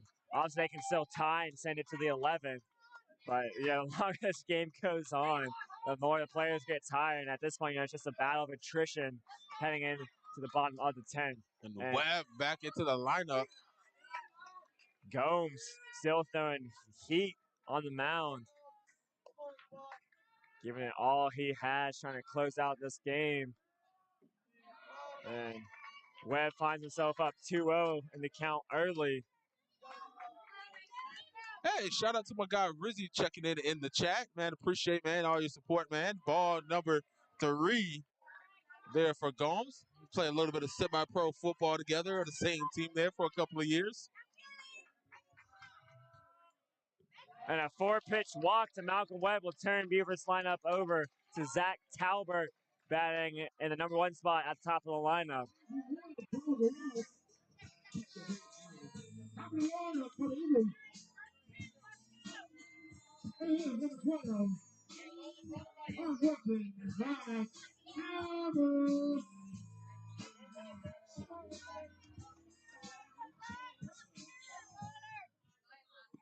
And the pitch over the head of Talbert there.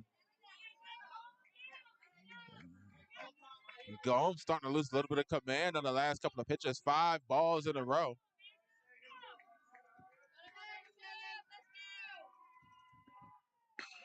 And that one hit straight over the middle, but caught for out number 1. The bottom of the 10th inning for the Hanahan Hawks defense trying to hold on. Right all the way back to Hanahan with the dub. And now Mason Connolly stepping up to the plate. The number 2 hitter, second baseman Malcolm Webb on base. Standing at first and 1 out. Looking to keep this game going for the Eagles. Cannot afford a double play here to end the game.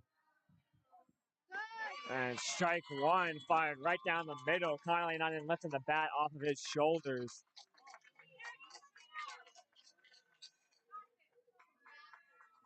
And finally, a strike being thrown by Gomes, and right back to it. Another ball, 2-1 to count.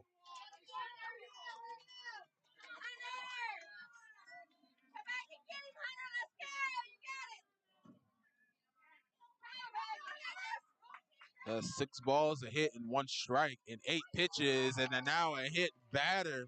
Hit by pitch. Connolly just chucked the bat and hit over to first base. Runners on first and second for Logan Brucher, and a big at bat here for the Charleston Southern commit, number 11, Logan Brucher.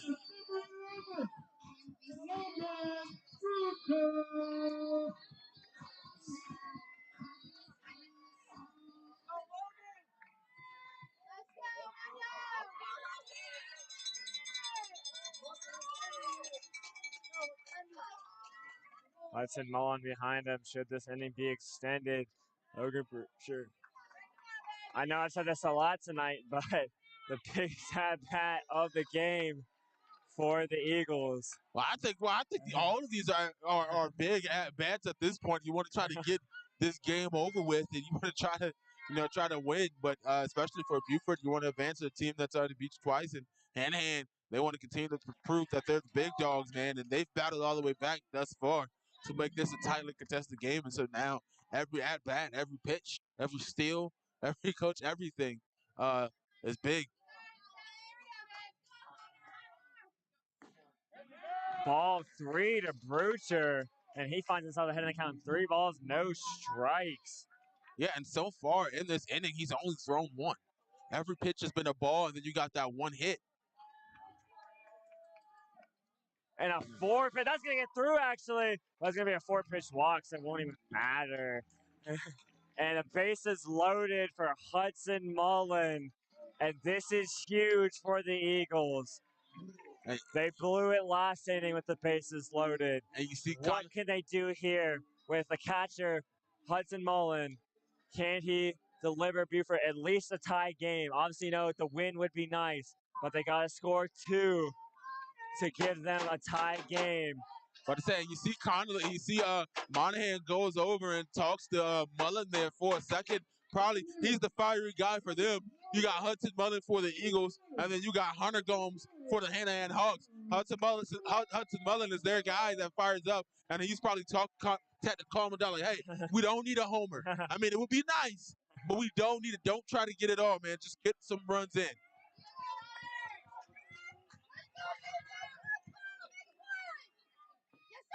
And finally a strike there from Gomes. Yeah, his second strike so far this inning. And I believe in about 13 pitches there.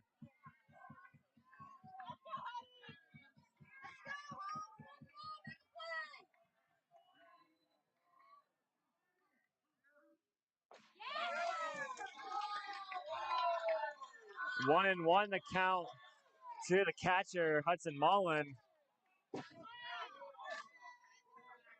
And now Hanahan trying to make some defensive play calls there, trying to figure out exactly who's they're going to tag out.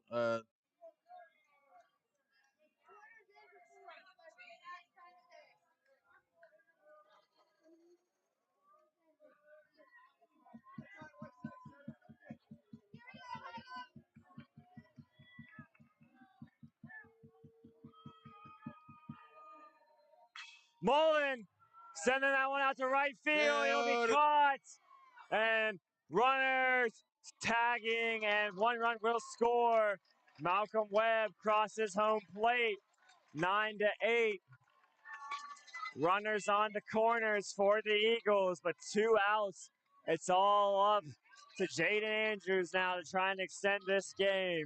Yeah, Jaden Andrews now it's his turn for redemption there after getting tagged out there at home on all the confusion of that sequence. And I believe what was at the bottom of the 8th inning there. Now is his opportunity there to try to get the Eagles the dub here as he goes up back.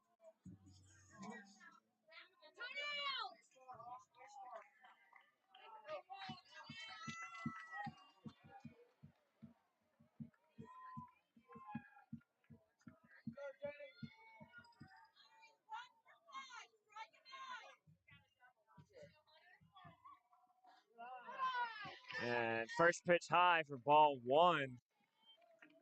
to Jaden Andrews.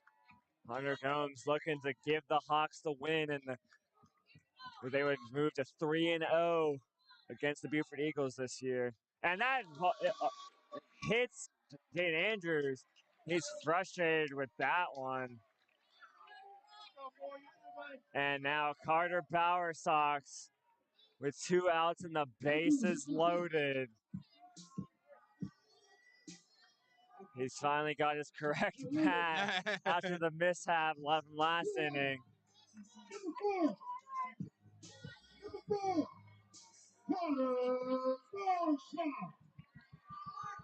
And no batting gloves for number 4, trying to do it the old-fashioned way.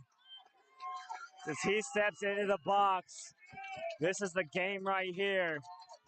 It all comes down to this, Bowersox versus Gomes. Well, what could be the final at-bat?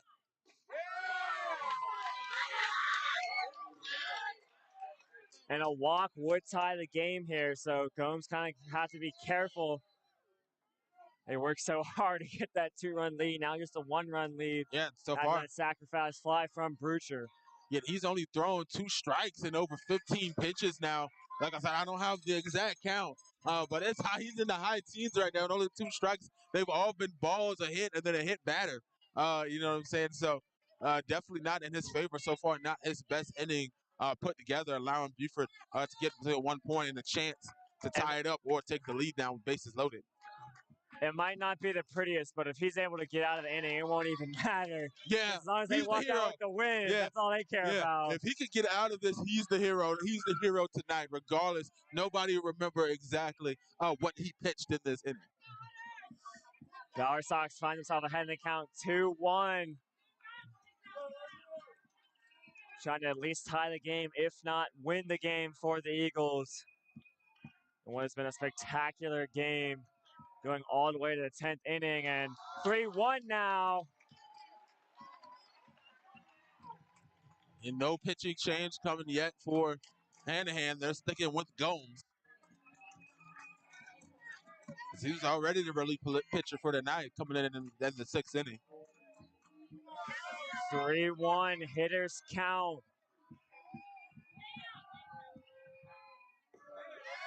And that'll walk Carter Bowersox, and we have a tie game yet again. And Connolly coming across the plate for the Eagles. And now bases still loaded for Chase McKelvey. And this, I thought the Gilbert game for the district championship was the wildest game. This has been by far been the wildest game. Back and forth, two runs, and they blew it. And now, if McKelvey's able to get a hit here, Beaufort will win the game. But if not, we'll go to the 11th inning. It's just unbelievable how evenly matched these two teams have been tonight. As strike 1 fired in there to McKelvey. And that's all he needed. Hanahan hasn't been too happy with the call. Yelling the exact pitch right behind us. They're saying he's not fair with the call. Ball 1 to McKelvey. Good job by him laying off that pitch.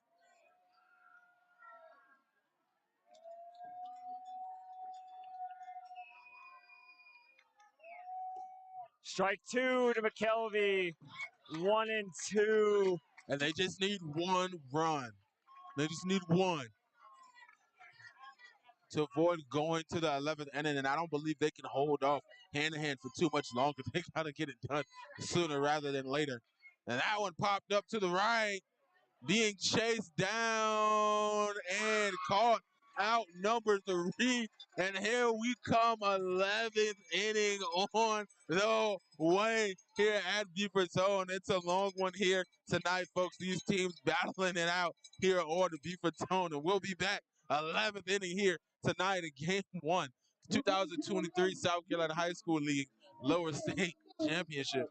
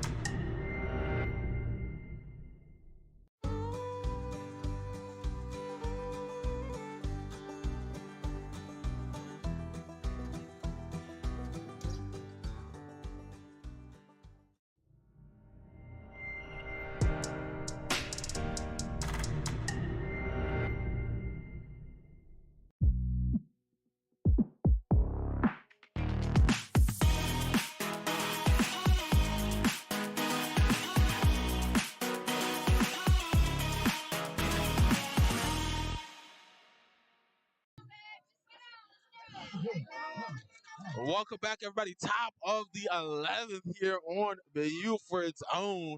Pitching change for the Eagles. Bower Sox now on the mound coming off of first base. Ball number 1 for the first pitch. Strike fight in there from Bower Sox, making his first pitching appearance of the game. Tied at 9 here at the top of the 11th, by far the longest game we've seen here on Beaufort's own. Back-to-back games for us, going into extra innings, but the one against Gilbert ending in the 8th, game in the 11th inning now.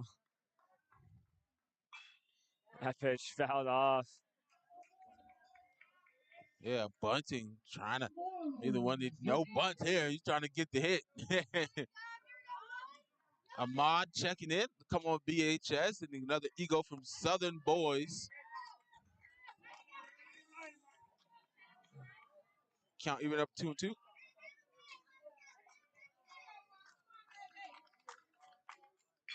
And that ball sent out into center field. Battling back from 2 strikes, Jacob Bunting with a leadoff single right past Carter Bower Sox. That brings up Brady. Mason Brady, the catcher, with a runner on first, no outs. Coming up to the plate yet again.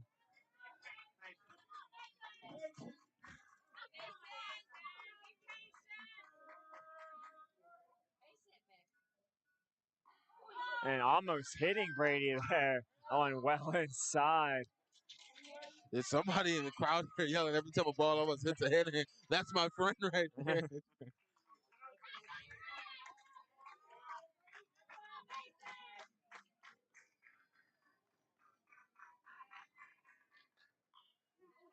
On foul, straight back.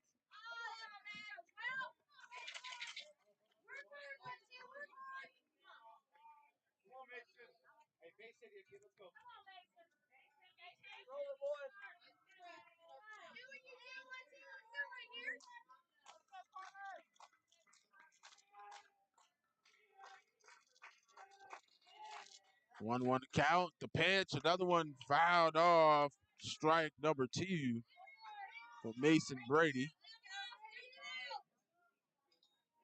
And no walk batters here as he was walked the last time he was at bat.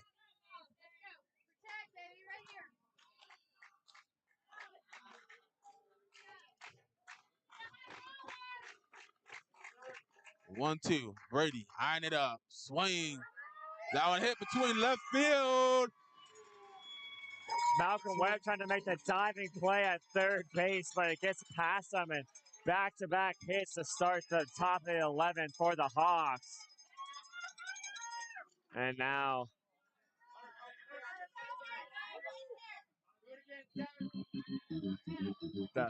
the home run hitter back at the plate.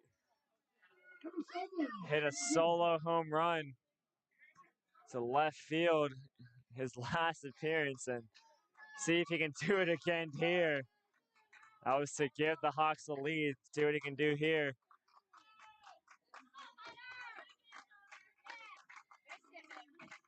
Gomes, first pitch, swinging. Hits that ball to the shortstop, trying to roll it, and the out at second, it appears. Camacho just rolling that one over to Connolly at second base, and runners on the corners, 1 out for Kwame Parker. Yeah, and basically the situation is that what it looked like is that was actually an error, but like just in the favor of them, just rolling around and finally getting picked up there on second base.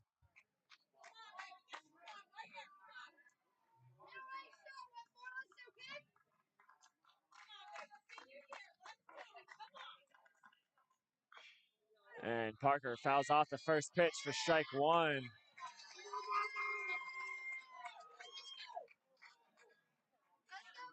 Trying to give the Hawks the lead once again in what has been a back and forth game, still tied at 9, the top of the 11th inning.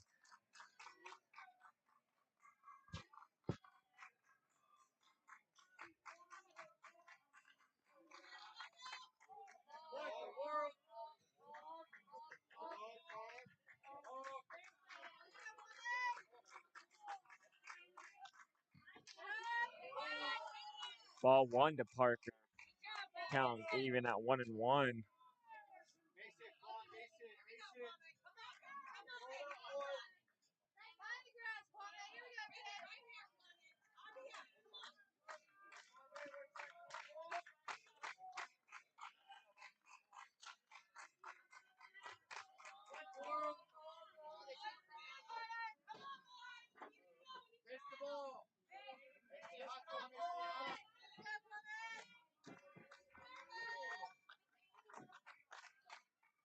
And that one inside to Parker for ball two.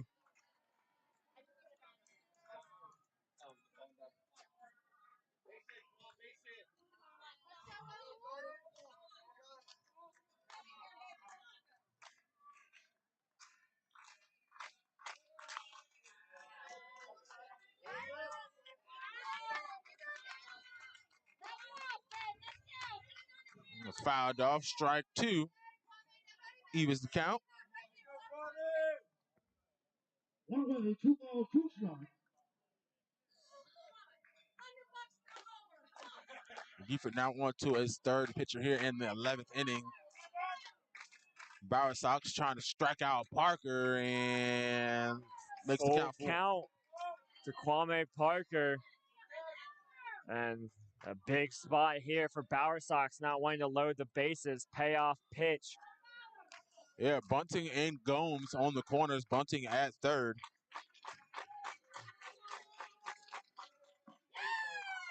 And on a full count, Parker will walk to load the bases.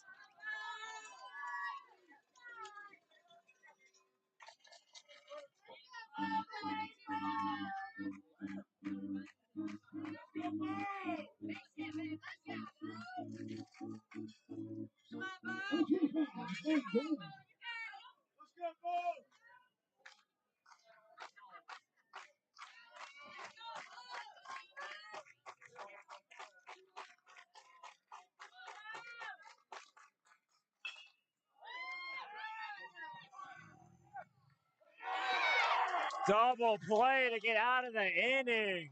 Unbelievable from Hudson Mullen. And now we go to the bottom of the 11th. Eagles battling out here with Hanahan. They're hyped up. Both sides, the student sections also start to dwindle down a little bit as they're tired as we get to the 11th. But here we come. Bottom of the 11th on the way. And if you enjoyed our stream here tonight, don't forget you can always text Beaufort to 801-801. Still to help support our coverage of local high school sports. That's Beaufort to 801-801. Beaufort just needs one more run. And there comes the pitching change for Hanahan.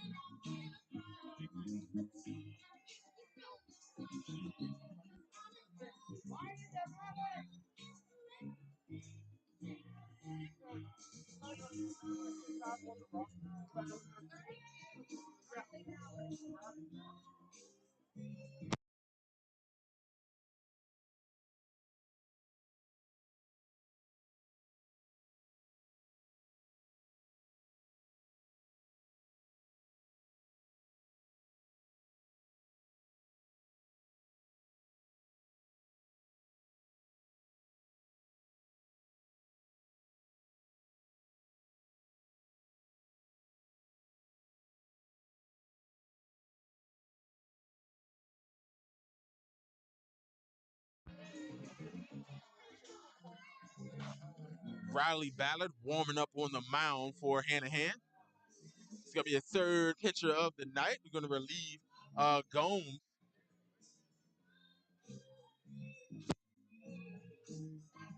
I'm looking to advance this one to the 12th inning of the night here. And Beaufort have had many opportunities. Can't stress how many opportunities they've had tonight to win this game, but will the bottom of the 11th finally be the inning that they walk this one off if they are able to do so? And Dominic Camacho coming to the plate. Beaufort's lineup will turn over yet again this inning. Past 10 o'clock here, 10:12, the time here in Beaufort at the Eagles' Nest. And ball one, low and outside to Dominic Camacho to begin the inning.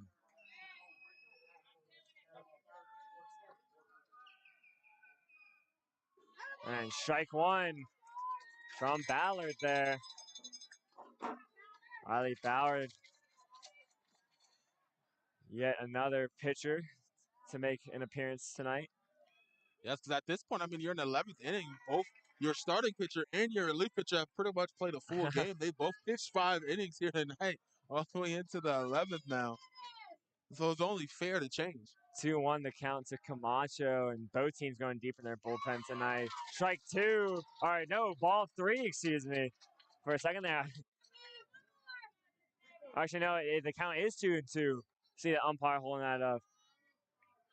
It was 3-1 on the scoreboard, but they changed that there. And now ball three for a full count pitch.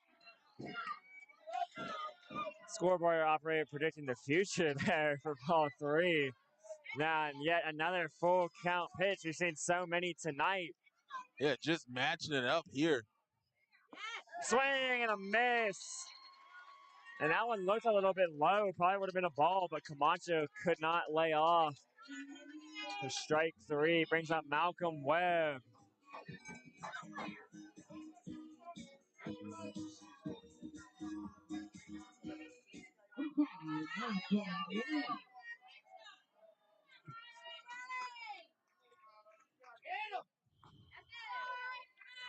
Ball one to Malcolm Webb to begin the at-bat.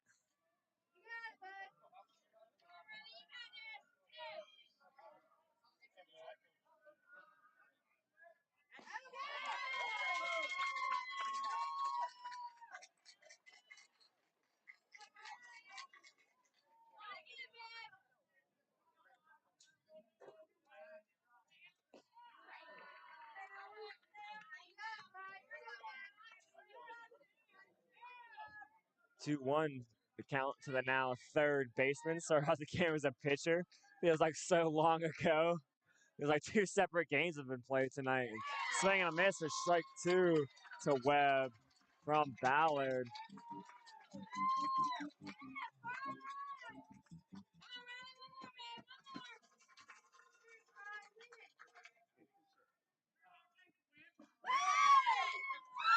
And another full count.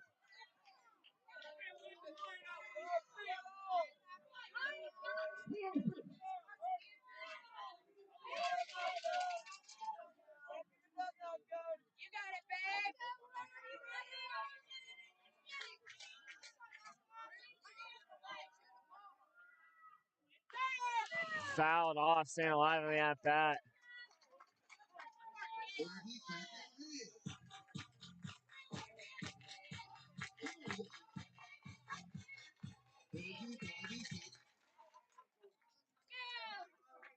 Webb trying to get on base for Talbert. Swing and a miss. Strike three. Back-to-back strikeouts for Ballard. Beaufort's lineup turning over once again as up comes Zach Talbert.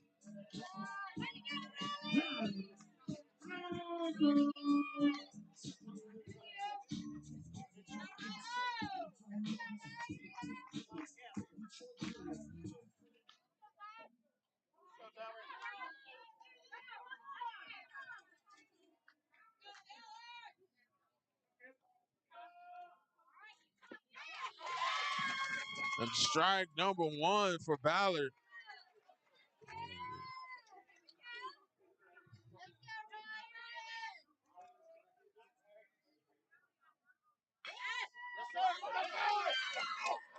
Talbert hitting that one fair.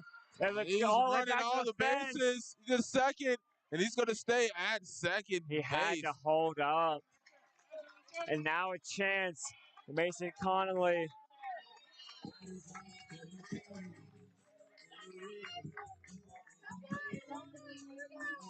Could we finally be nearing the end Are we headed to an unprecedented 12th inning? Mason Connolly was the hero in the district championship. Same situation. Right, and now it's his turn. It's his turn again with 1 out left on the scoreboard. Same player at bat, same player on second base. Little bit deja vu here. And it's crazy because the scoreboard only goes 10 innings, so they've had to reset it now. So the scoreboard is completely empty just in case anybody scores here. Connolly will take strike one looking.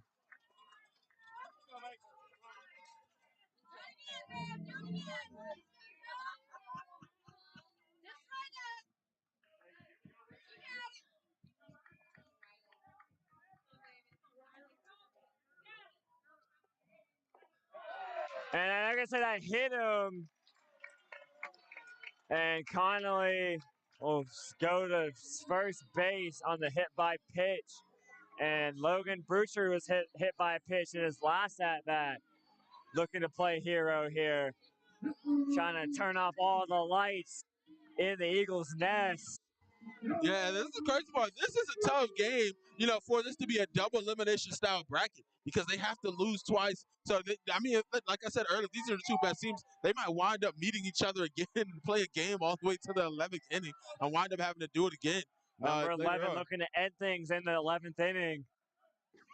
So take the first pitch for a strike, as did Connolly. Trying to finally put an end to this game.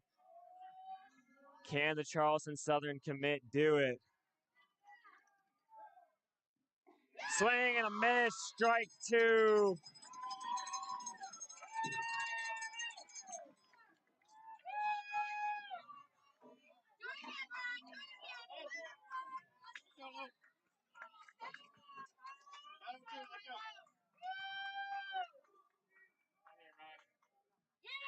Sending that ball out in the center field. It's going to drop.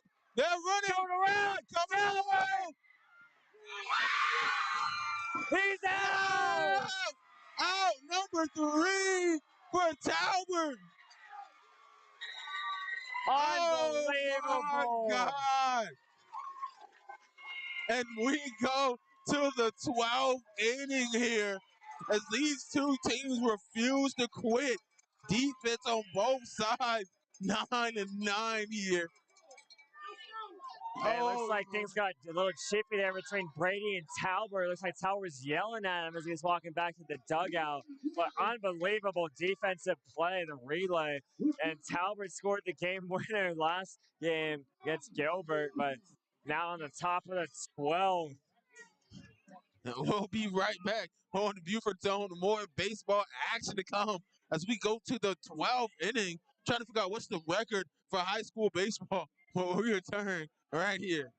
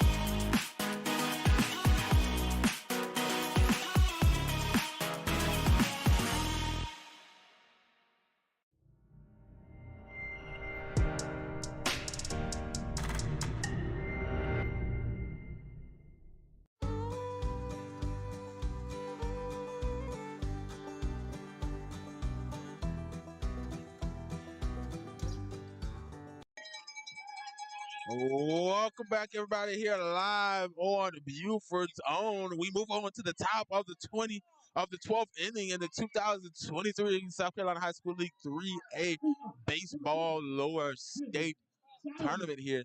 Game number 1 for these two teams, two region foes. Hanahan swept the region series to be region champs 2-0. Now these teams battling out here 9-9. Top of the 12th inning here in the first game. Both teams were freezing to quit. Now on to their third pitchers now. Here comes Bauer Sox to lead off with the pitch. Strike one. And Dodowich up to bat. I believe his first at bat of the night, if I'm not mistaken.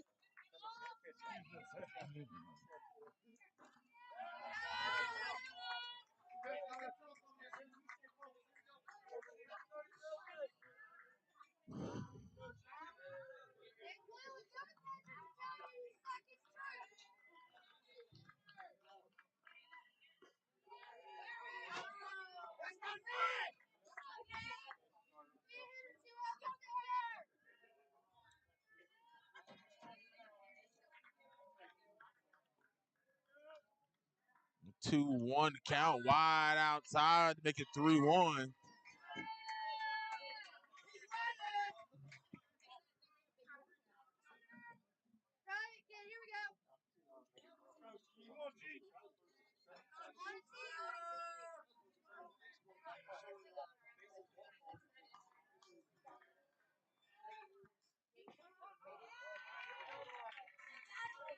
Full count makes it 3-2. You got Bauer Sox second inning on the mound. Dodowich first time at bat for tonight. And And strikeout there for Bauer Sox for the first out. And now you see. Now here comes Yeah, after Ballard, that the first third out. pitcher of the night. His first at bat.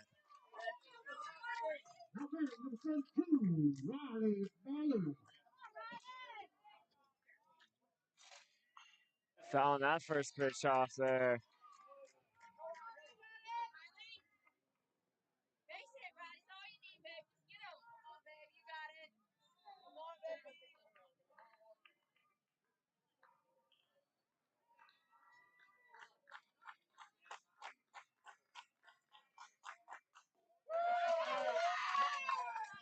Strike number 2 for Bauer Sox.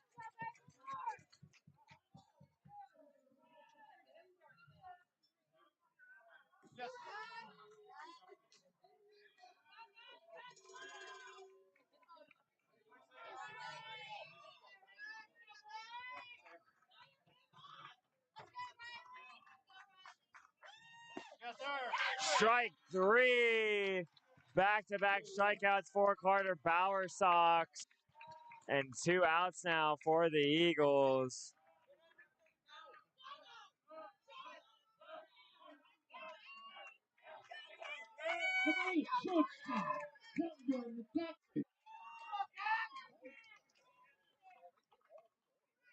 Camden Cackley now at the plate for I lost track of how many at-bats each player's had with this game going on for so long, but finds himself ahead in the count with 2 balls, no strikes here quickly against Carter Bauer Sox, who's looking to have a 1-2-3 top of the 12.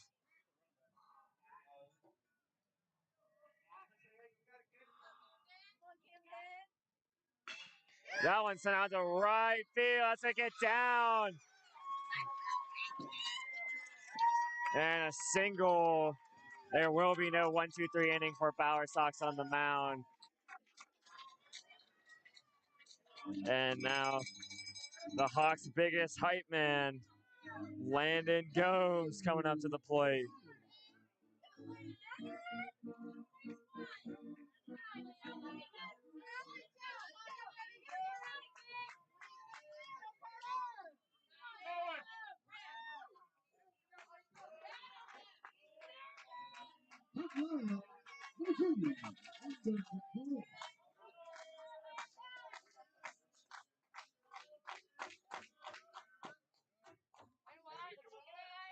And then First pitch low for a ball. Mullen able to stay on top of that one. Not allowing it to get by him.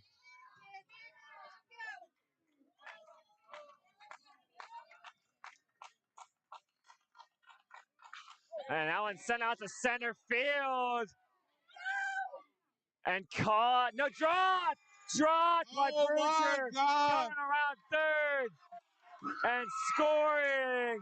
Hawks retake the lead. 10-9. Logan Brucher unable to make the play out in center field. Or no, excuse me, Zach Talbert, who moved back to center field. Brucher is playing center field when Talbert's on the mound, but Talbert now out in center field, usually so great defensively, is the Francis Marion commit, but unable to make the play there, and that gives the Hawks the lead. Yet another mistake defensively in these 12 innings for the Beaufort defense.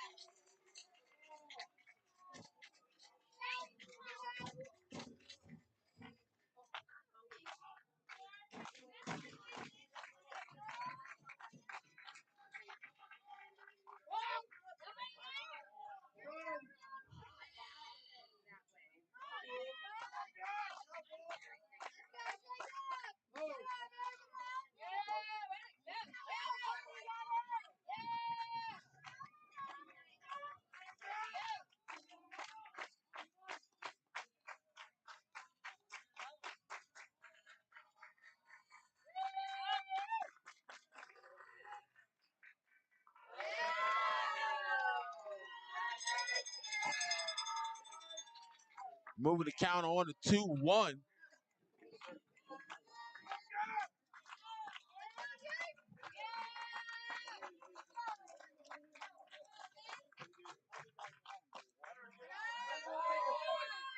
That pitch low for ball 3.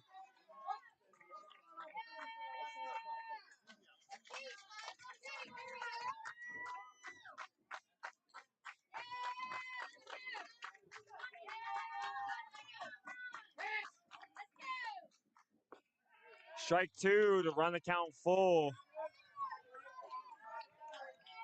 Bunting on himself in a full count to Bower Sox. Trying to get out of this inning, just down 1. Bunting trying to extend the inning.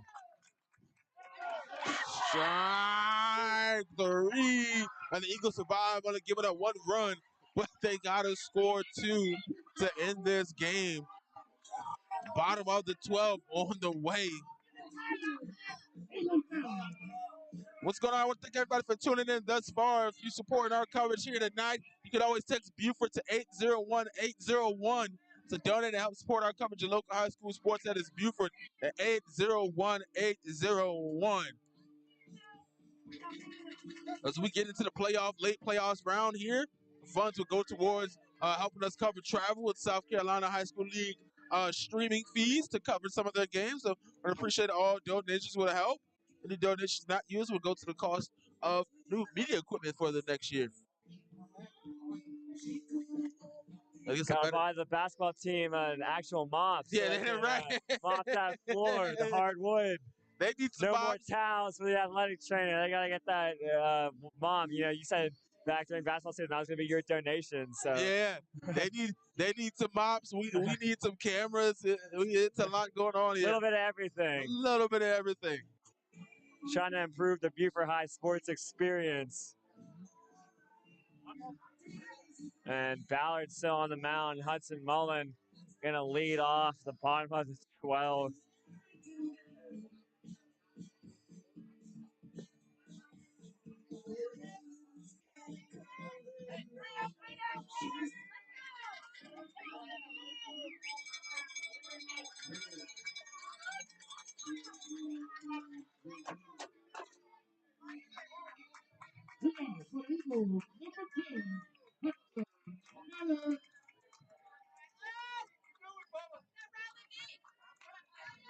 And now starting off, Hudson Mullen.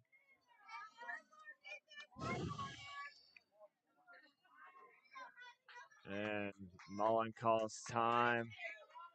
So that quickly steps back into the box. Not taking too long.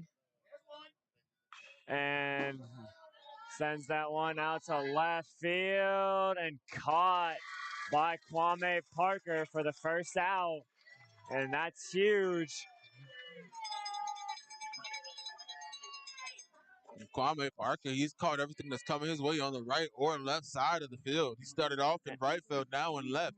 Making his first appearance of the night, number 7, Miles Goodwater. Haven't seen him play in quite a while for the Eagles. At the beginning here, he was featured pretty heavily, but kind of fell out of the lineup, but finds himself in extra innings at the plate here for Jaden Andrews, pinch hitting with Carter Bowersox on deck as he takes ball 1 from Ballard.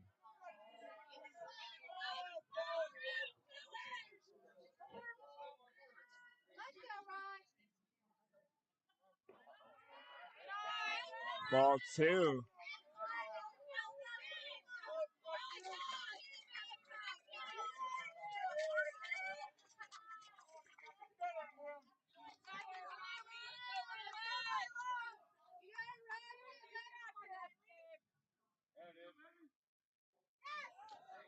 Now 3-0 the count to Goodwater.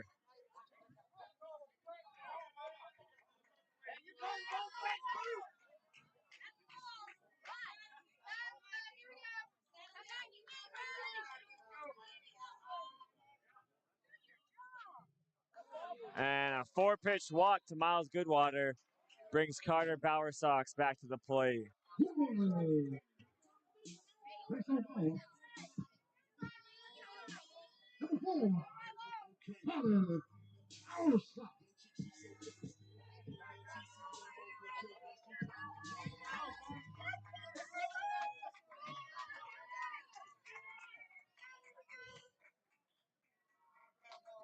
Ballard looking over at Goodwater at first base. And that one's fouled off. First pitch fouled off for a strike by Bowersox. Yeah, Bowersox taking the gloves, choosing to take the batting gloves off and just rubbing a little bit of dirt in. Yeah, his last at bat he had off too. I noticed, the old-fashioned no batting gloves. He fouls the second pitch off for strike 2.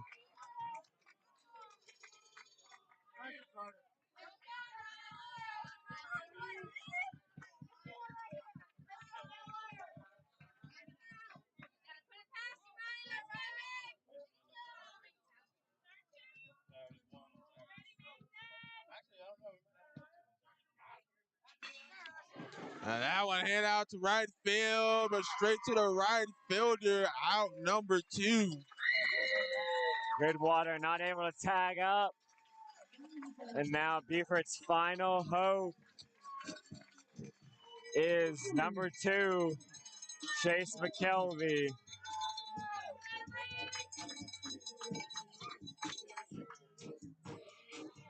And should Hanahan register the final out here, Beaufort are going to rue their missed chances, having so many opportunities to win this game. Obviously, game not over yet, still 1 out needed for the Hawks. McKelvey trying to extend this game as he takes ball 1.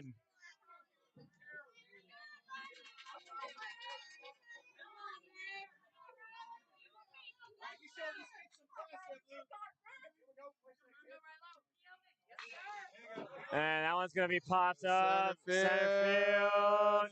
Caught. And that's going to do it here, folks, here on Beaufort's own. Hanahan's going to win it, catching the final out down the middle to win 10-9 here in the first game of the lower state tournament. Here's some trash talk between both teams as region rivals, but this Beaufort Hanahan winning 3-0 in the series so far, man. There's a little tough games between these two teams.